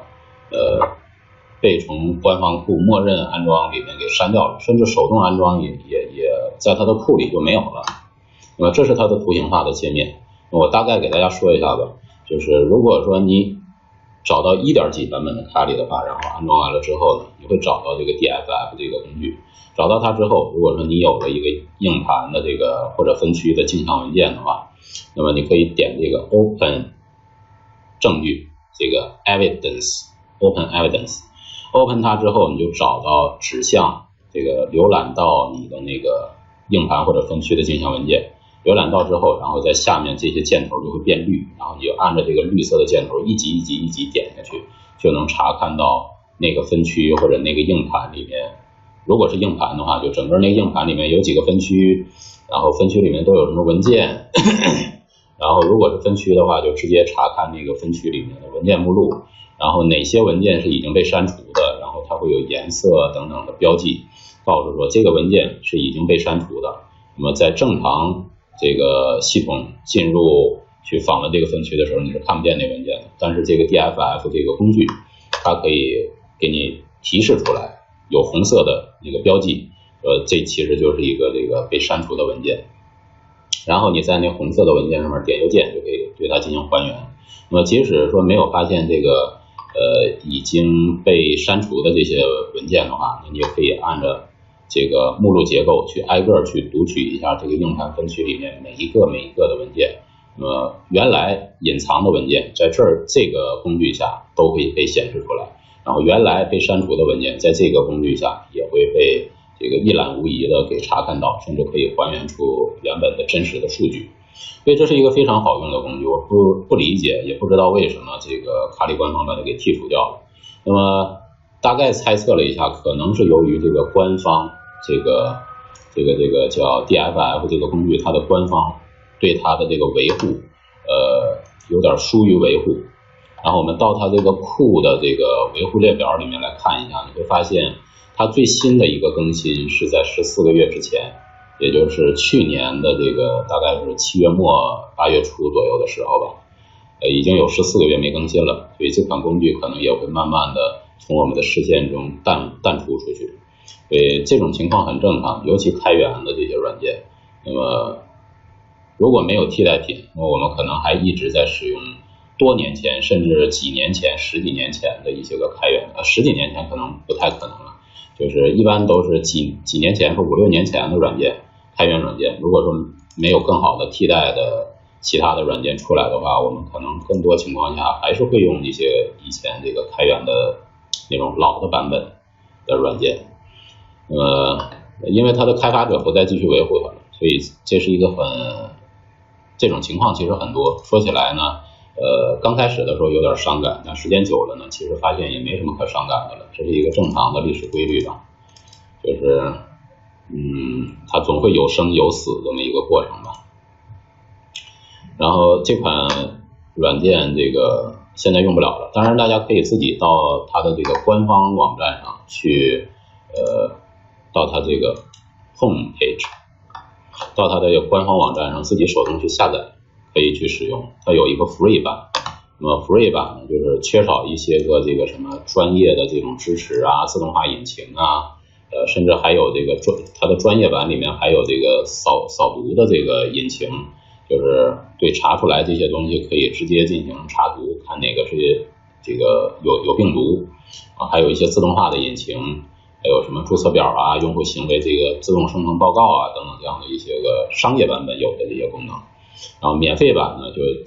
完全这个基本功能是有的，但是你都得手动去做，然后你可以去手动下载一个来用一用吧。那么它其实也支持 Windows 操作系统，所以大家也可以下载一个在自己的 Windows 上用一用。然后我在这里就不给大家做演示了，因为又要下载，然后这个准备时间也不足，然后还得需要注册它这么一个相关的这个信息啊。使用起来很简单，大家就只需要打开这个软件，回头你们自己去试一下吧。打开这个软件，然后找到这个你的硬盘镜像文件，然后逐级的一级一级去看。然后如果是已经删除的文件呢，它会用这个红色来标记，说这个文件其实是已经删除了，然后你可以把它还原出来，查看它为什么删除这个东西。那如果说你现在审计的这是一个犯罪分子的怀疑可能是攻击你们公司机器的这个犯罪分子的这个电脑的话，那么或者是那些恐怖主义分子的这个电脑，那么你在它的这个硬盘镜像上面，然后做审计，做这个取证。如果你发现一些已经删除的图片啊、什么文档啊，你把它还原出来一看，就很有可能是他们这个一些个恐怖分子一起的这个活动啊，然后照片啊等等等等的这个现场的记录等等，通过这些就很有利于我们去做这个破案，或者是这个普通的这个刑事犯罪也会用到这方面的东西。即使就是去还原一个文件的话，比如说这个他之前中了一个病毒，中了一个木马，然后后来临走之前把这个木马给删掉了那么他曾经用过，那么这种已经被删掉了，我们也可以把它还原出来，证明当初那么通过这个文件的时间啊等等的比对，这个说在什么什么时间你这个机器上用了这个软件，然后这个攻击了我们的服务器，就可以取得相关的证据线索。好，那么我们就不再过多的说它了，那么大家自己去用一下吧，我在这儿就不演示了。然后我现在给大家演示一个呢，是命令行界面的。说命令行呢，其实它也有图形化的这个方面的功能，和 DFF 差不多，那么只是说它不是基于 GUI 图形界面的，而是基于 Web 这个界面的，也是个图形界面，只是 Web 界面这种接口的。然后它也这个工具呢叫做 Auto 这个 Psi， 这个不是 Spy， 是 Psi Auto Psi。然后它也是一款非常流行的这个硬盘镜像分析工具。然后它是这个 Web Server 加这个浏览器，就是这个客户端就是浏览器了，这么一个 Web Server 加浏览器客户端的这么一种架构。那么它的使用上呢也是比较的这个简单，所以呢下面我给大家演示一下这个东西，它叫 Auto Psi。好，我们只需要输入这个命令一回车，这个执行这个命令的目的和作用呢，就是启动它的服务器端，也就启动完之后呢，它会在本地开启一个9999端口真听的一个 Web Server， 然后我们可以把这个打开，打开之后就是这么一个这个操作界面，有点像一只这个军犬，然后它来要做这个破案了。那么这款工具呢，它主要的作用也是来做这个硬盘的这个取证分析的。那么但是这款工具做的呢比较这个符合这个取证办案的这个流程。为什么这么说呢？因为它是按一个一个 case 来这个定义你要做的这个取证的任务的。你要使用这款软件，首先你得先来这个，如果你已经有 case 的话，你就 open 一个 case， 如果没有，那你得先来这个 new 一个 case。当然你新建的这些 case 啊等等 case 相关的信息啊，这些都会保存在这个 Auto Psi 的这个它的这个自身的这个软件自身的这个数据库里面。那我们第一次用呢，肯定得是 new case， 啊，你要给这个 case 起个名，比如说这个0911，比如说9月11号这个服务器入侵案等等等等这样的一个这个 case， 然后描述这是9月11号我们公司什么什么服务器被入侵的相关的取证的这么一个 case， 然后这些，然后这个 investigator 就是取证人是谁，比如说这个你可能这一个团队有好几个曲中人，这个YNFH， 然后还有这个张三，然后李四，然后王五，反正这么几个曲中人吧。然后把这些基本信息填完之后 ，new case， 创建了这么一个 case 之后呢，跟这个案件相关，你可能这个有多台服务器已经被入侵了，然后你取得了多台这个服务器的这个硬盘的镜像。好，那每一台服务器你要给这台服务器对应的添加一个这个主机 add 一个 host， 比如说这个 host 的描述，这是这个我的前端 web server， 然后这个可能已经被入侵了，然后时区啊等等的这些下面这些基本信息填不填都大概其都可以了，然后填一下 add host， 针对这个主机，然后你要把这台主机上收集来的这个硬盘的镜像文件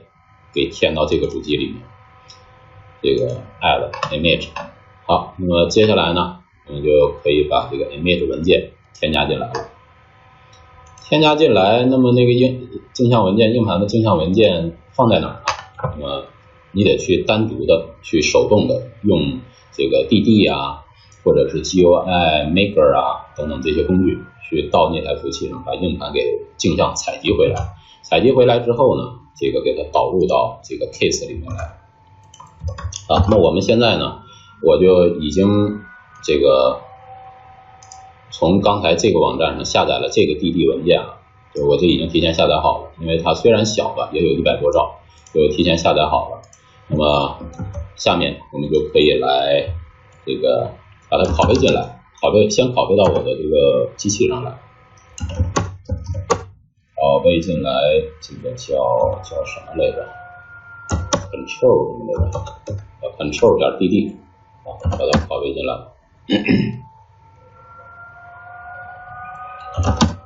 好，那么这个 control.dd 呢，就放在我的 root 目录下的这个根目录下，然后在这儿呢，你要指给这个 AutoPSI， 我的这个镜像文件放哪儿了 ？root 下的这个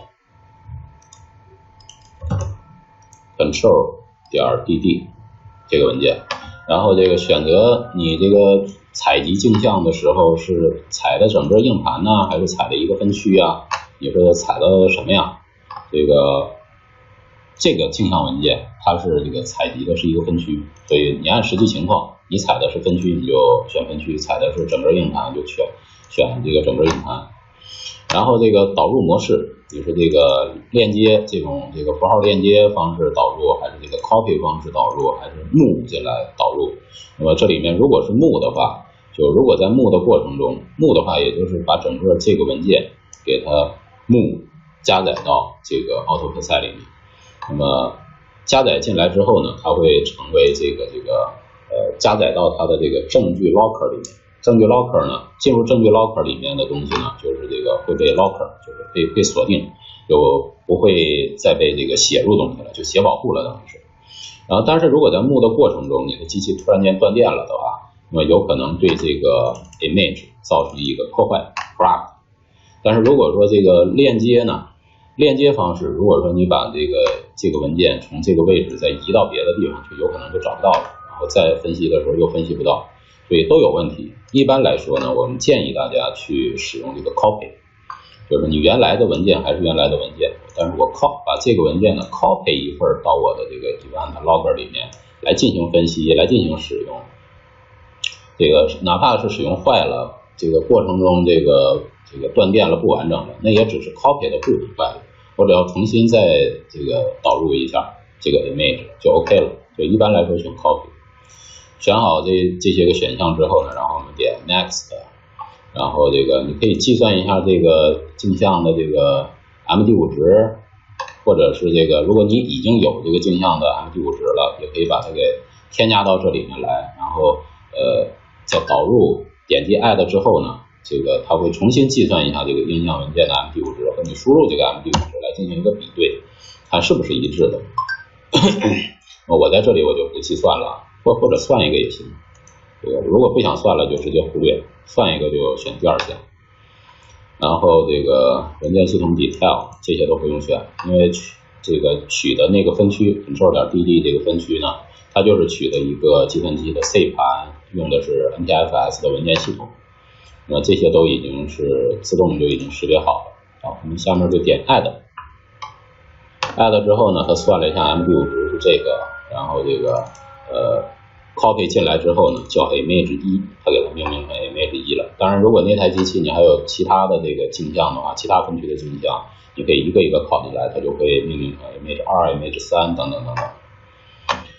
好，那么到这儿就 OK。如果你有更多的 image 的，在这儿点继续加。好，这就是已经加了一个，这是 C 盘，它是 NTFS 分区，是从这个 control.dd 拷贝过来的。然后可以查看一下它的这个 detail 详细信息。这个你还可以从里头去直接榨取一下这个 string， 还有这个如果是 cluster 的话，这个定位一下这个未定位的 cluster， 榨取那些未定位的 cluster。那么这个按你自己的需要吧。然后我们最常用的呢，最基本的，那么肯定就是说我要分析一下这个已经加载进来的这个镜像文件，要分析一下它，分析里面都有什么东西啊？我们直接点这个就叫 analyze， 就分析。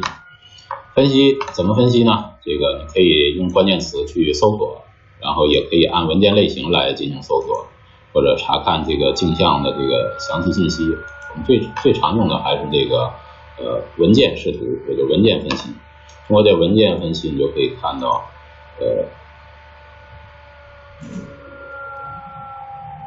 这个分区里面都有哪些文件。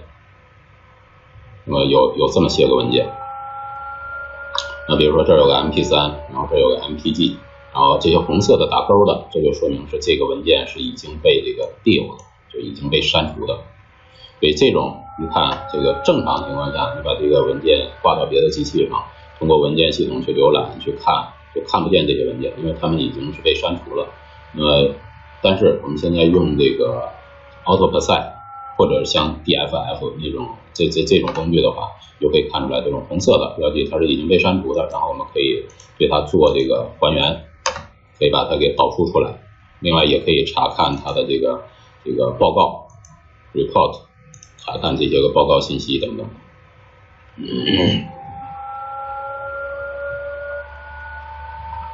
好，那么大概就是这么个使用方法吧。然后如果说这个文件多的话，你可以按照这个关键词搜索呀、文件类型搜索等等这些使用方法。好，那么其他的我们就不再给大家多介绍了。然后不用的时候我们可以 close， 然后OK， 不用的时候把它 close 掉，然后就可以退出出来了。退出出来之后呢，然后这个如果我们已经不用它了，那这个服务器这端，我们现在刚才启动的这个 AutoPrecise 的服务器端，我们直接按 Ctrl+C 就把它结束掉了。那么刚才这个加载的那些个数据都已经保存到 AutoPrecise 它自己的服务器端的数据库里面了。好，那么这是 AutoPrecise 它的使用方法。在有 DFF 的时候，我其实也很少用 AutoPrecise， 但是现在如果没有了 DFF 的话，如果再有这种活需要这种操作的话，那就暂时看来只能使用这个 AutoPrecise， 然后或者是自己手动去这个 DFF 的官方网站上去下载 DFF 用。好，那么下面这儿还有一个这个 AutoPrecise 介绍完了，然后下面我们再介绍下一个工具。下一个工具呢叫做 ETX on delete， 一看这名就很好理解。EXT 呢就是 Linux 下都有文件系统，有 EXT2、EXT3、EXT4， 现在我们都用 EXT4。那么这种文件系统，那如果你在这个文件系统上说这个硬盘里面删除了一个文件或者删除了一堆文件的话，那你就可以用这个 EXT on delete 来把这个删除掉的文件给它还原回来。然后它具体的使用方法呢，就用这个 EXT on delete， 然后这个后面跟上你要这个反删除的那个设备的文件名，比如说这个 DEV 下的这个什么 SDA、SDB 就哪个硬盘文件，然后后面跟上restore field， 我要恢复里面的文件，然后后面再跟上一个这个恢复文件存放的这个文件路径位置就 OK 了。所以这个命令很简单。只要你这个硬盘里面这个设备文件里面有被删除的内容，那么你运行这个，它就会自动去做反删除。好，那么下面这个我就不给大家做演示了。这个下面这个呢叫做 iPhone 的 Backup Analyzer。那么最初第一次看到这个工具的时候，把我兴奋的够呛。我以为这是一个非常牛叉的不得了的这么一个这个 iPhone 的这个分析工具。那么后来这个查了一下它的帮助文件、官方文档之后，才发现有点失望。这个工具呢，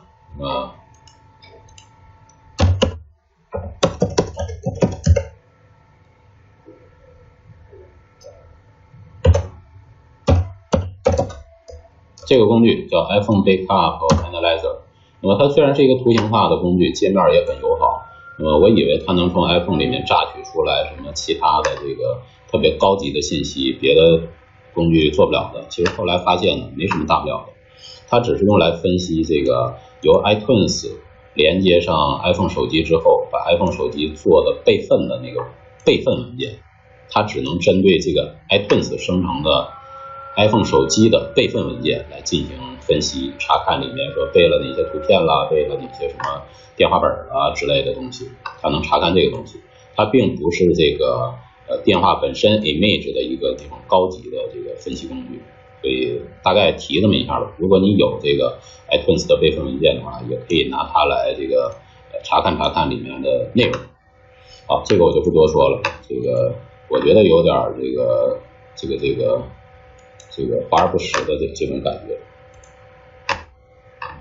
然后下面这个呢，倒是还真的是有点用处的。那么下面这个叫做这个 Foremost 这款工具呢，也是由美国政府开发的，这个还是不错的一款工具。那么它也可以从像内存 dump 文件中去直接恢复图片。大家注意，这是恢复图片，而不是恢复图像。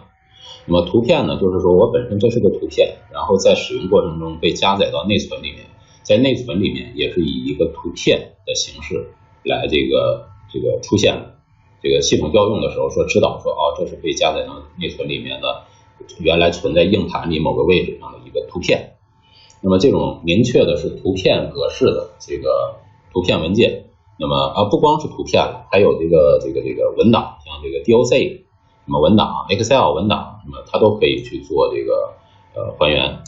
那么除了内存的 dump 文件呢，它还可以像这个 RAW 格式的，就我们之前 Win7 这个7.RAW 那个文件，我们就可以从中提取这个图片和文档。除了这个 RAW 格式呢，DD 格式的，就是这个硬盘的这个镜像 DD 格式的，它也可以提取里面的这个图片。然后这个 ISO 文件的光盘的这个光盘的镜像文件，那么它也可以去提取里面的图片。然后还有这个像这个 VMEM， 就是这种虚拟内存的，那么这种格式的，那么它也可以从里面提取图片。那么提取的时候呢，命令也很简单。我来给大家简单演示一下。那么这儿有这个7.RAW， 这是我们上个小节生成的这个Win7 那台电脑的内存的 dump 文件。那么比如说我要搜这台内存里面所有的这个JPG、GIF、PNG 还有 DOC 的这个文件，如果有，我就把它都提出来。OK， 命令就是这么写了，这个 foremost， 然后-t， 你就提哪种文件扩展名，你按这扩展名去写。然后这个-i 呢，就是这个输入文件，就是你从哪个输入文件里去提这些东西啊。然后我们回车，它就去提了。处理 processing。OK， 处理完了之后呢，这个我们说它会在当前目录下生成一个叫做 output 的这个文件夹，然后所有这个提取出来的东西呢，都放在这个 output 这个文件夹里面了。所以我们到这个 output 文件夹里面看看 GIF， 提了这么多 GIF 出来，看这个，这么小的一个 GIF， 有些提取出来的图片还是这个已经坏掉了。你看看，这怎么还有一半呢 ？MSN， 还有这个就是 Etherpad 的，是 Etherpad。Win7电脑里这是这个性能指示器的那个指针，我把它看成 Etherpad。这是一个什么？总之这个 GIF 的提取出这么一堆，然后这个 GPG 的提取出这么一堆，这是什么？看像一个什么按钮之类的东西。这是 IE 一个图像。因为在内存中，有些图像可能就看起来不是那么的完整了，因为有可能内存那块空间被别的给占走了，但是还留了另外一部分剩余的一部分数据在里头，所以看到的这个图片有可能是一半截的。然后这个 PNG 的，PNG 的多，像这种小的按钮图标都是这个 PNG 格式的。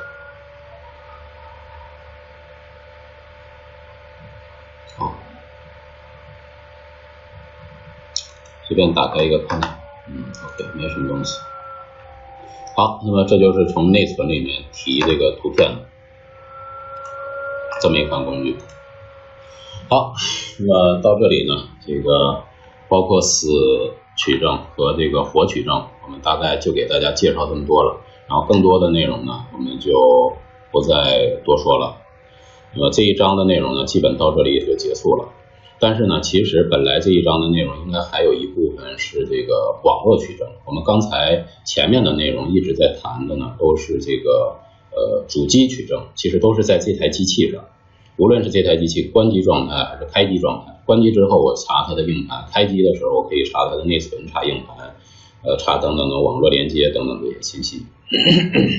总之就是都在针对这台机器来做这个取证。另外一个大的这个取证的场景就是网络上的取证。那么我们之前也给大家我曾经单独有一期学员对像抓包分析，那么想更多的了解，然后那个时候大概是去年的时候了已经是，那么我就单独的做了一期培训的内容，就叫做这个协议分析。那么那一次讲座大概也是2个小时左右的内容呢，可以作为这个网络取证部分的内容，大家可以去参考一下。那么那次课程的内容，我是拿了我们公司的真实的这个出口流量的这个抓包的分析，然后是很大容量，然后如何去做筛选，如何去快速的分析里面的这个协议的内容，做这种网络的取证，看是不是有人把公司的文件发出去了，然后是不是有人从网上下载一些恶意程序，然后跟自己的 CC 服务器建立连接了等等，谁中了病毒了，谁中了僵尸了，僵尸往外发什么包了等等这些取证的内容那么都可以通过那次课程里面我们都已经比较完善的都已经给大家介绍过了。所以网络取证这块的内容呢，我在这里就不再去多说了。那么大家想了解这个网络取证相关内容呢，就去看我这个协议分析那一期的这个培训的内容就 OK 了。那么在公司里面呢，我再多说一句就是在公司里面做这种全流量镜像，那么是可以还原曾经历史发生的这个具体情况。那么我们说在主机上我们来做取证分析的话，那么只能取当前主机这个时间点它的状态，我对它硬盘做了一个镜像，那么也就是它这个计算机上当前取证这个时间点做镜像这个时间点它的计算机硬盘上的状态，然后对它硬盘的对内存做取证，也只是说它内存当前运行这个状态的一个取证。那么它历史上是一个什么状态？我在主机上其实是做不了这个东西的，除非你有这个基于主机的一些日志的记录啊等等，这个那种这个产品和设备，那么可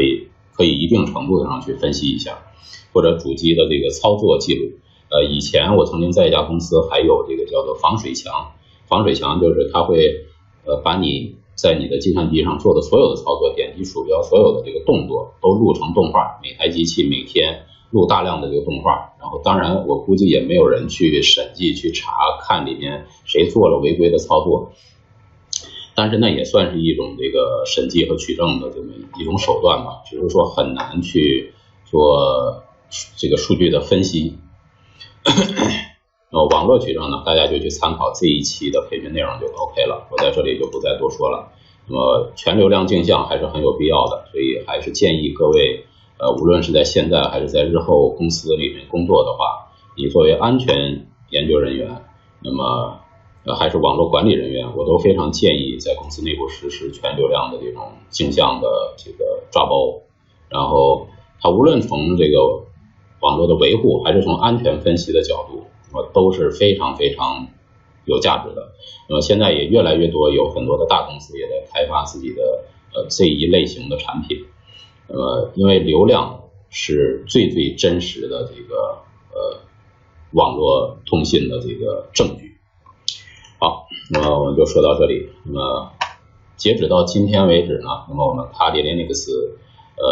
第18章的内容结束了，那么我们这一门课程也就终于结束了，历时1年多的时间。那么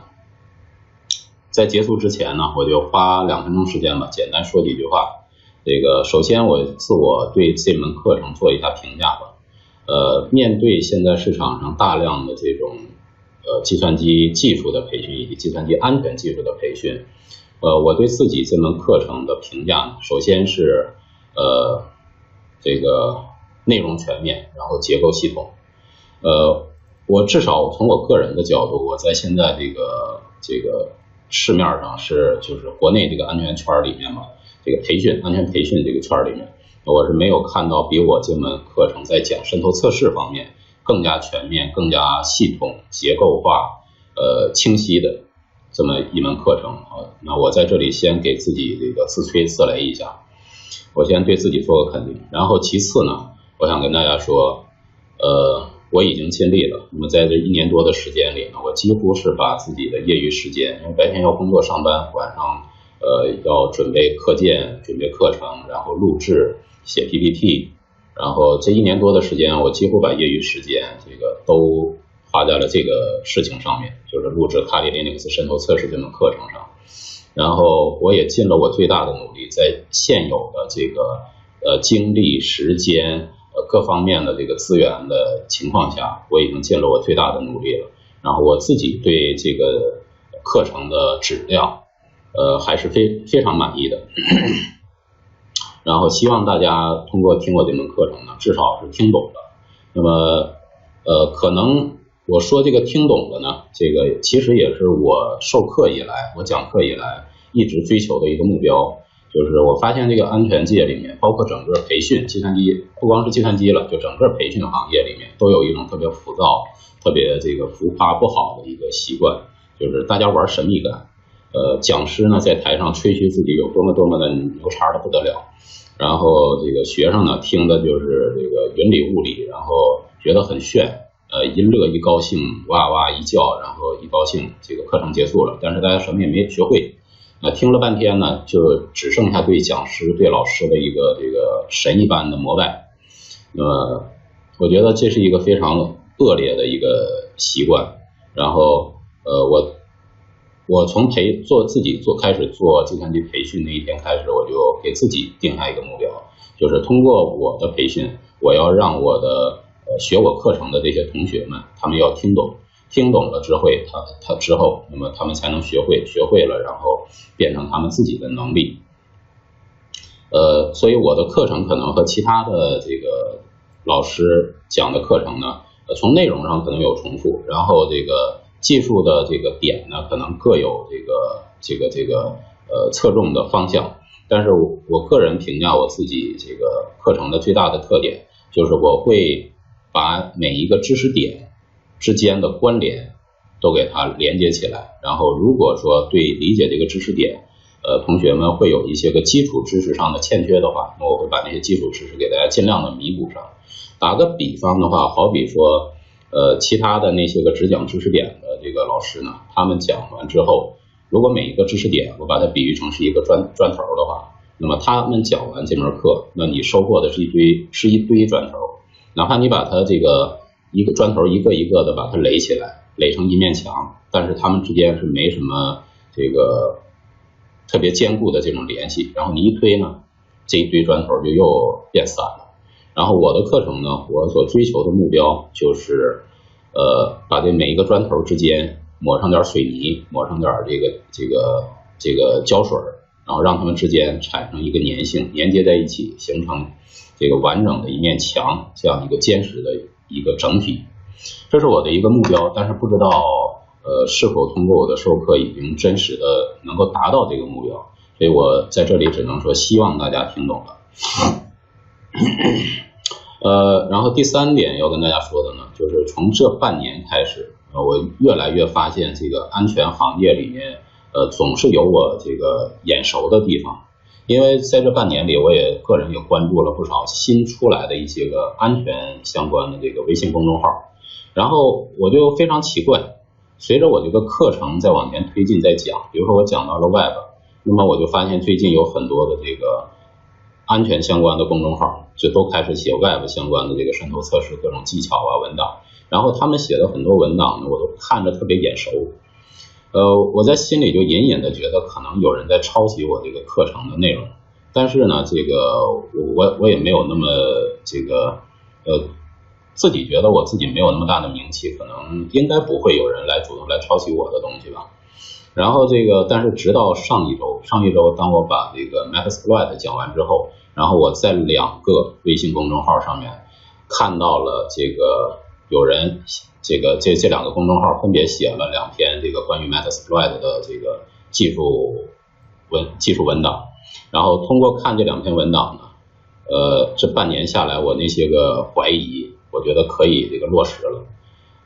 我可以确定的说，有很多的，不能说很多了，有几个这个微信公众号是长期一直在抄袭我课程的内容，但是这个呢，我个人是表示这个事情是无所谓的，我完全可以接受这种情况。我为什么这么肯定呢？原因在于说Metasploit 的使用上，我个人有个人的一些使用习惯和这个爱好，然后这个在那2篇文章里，我清晰的看到了他们在写这个文章的时候，每一个参数配置跟我授课上我个人的使用习惯是完全一字不差。但是这件事情呢，我还是那个态度，就是我完全可以接受，因为某种程度上，这可能也可以证明说，在一定程度上，我促进了整个这个安全技术培训这个行业的一个整体的发展。从前可能有很多大家觉得那是秘技，然后必走自珍，然后不希望不喜欢拿出来告诉别人，觉得那是自己的这个小秘密，然后一些个这个绝招不想告诉别人。然后通过我这门课程呢，我可能给这个公布了揭露了很多这些个别人眼里的那些个小秘密小绝招，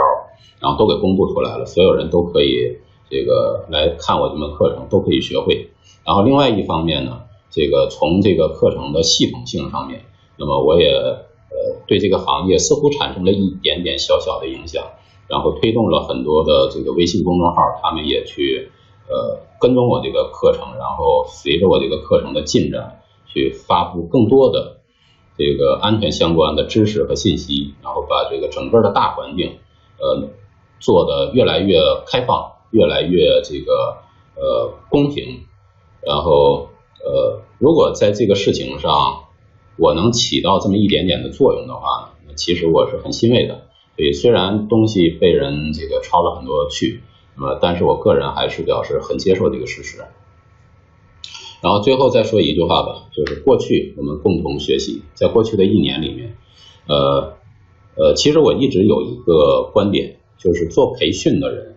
在我培训东西给学员的时候，那么在这个过程中，收获最大的其实不是学生，而是我这个作为培训的这个所谓的老师。那么因为在这过去的1年里面，我其实也非常系统的把自己很多的经验呢，然后自己的以前的一些技术的积累的东西，都非常系统化的梳理了一遍。所以在这个过程中，我对自己也是一个很好的一个学习和回顾的过程。所以我说在过去的这1年多的时间里，我和我们的这些学员，我们是共同来学习的一个过程。那么在来日呢，日后我们就各自去探索，各自去在技术的领域里面去探索更高深、更加这个深入的一些个研究。那么那些个领域呢，那么可能不是一个培训，哪怕是1年的培训，可能都不是一个这个培训，就根本不是一个培训能够这个达到的那种高度和程度。那么以后的这个技术的领域还是无限的，因为它需要我们共同每一个人都去不断的去探索，不断的去提升自己的技术上面的能力和追求。那么作为以后我们的共勉吧，然后我们各自去探索，然后有什么新的收获了，希望大家也都把它拿出来。那么以后我有什么新的研究的方向和这个技术上的收获呢？也会不断的这个在我的微信公众号上面去公布出来一些，然后我有一些什么想做的事情，也会在微信公众号上去跟大家分享一下。然后最后再给自己打一个小小的广告，就是下面这个2维码是我的个人的微信公众号，然后欢迎大家来关注，然后和我交流。好，谢谢大家。那么这门课程到这里就全部结束了，再次谢谢大家。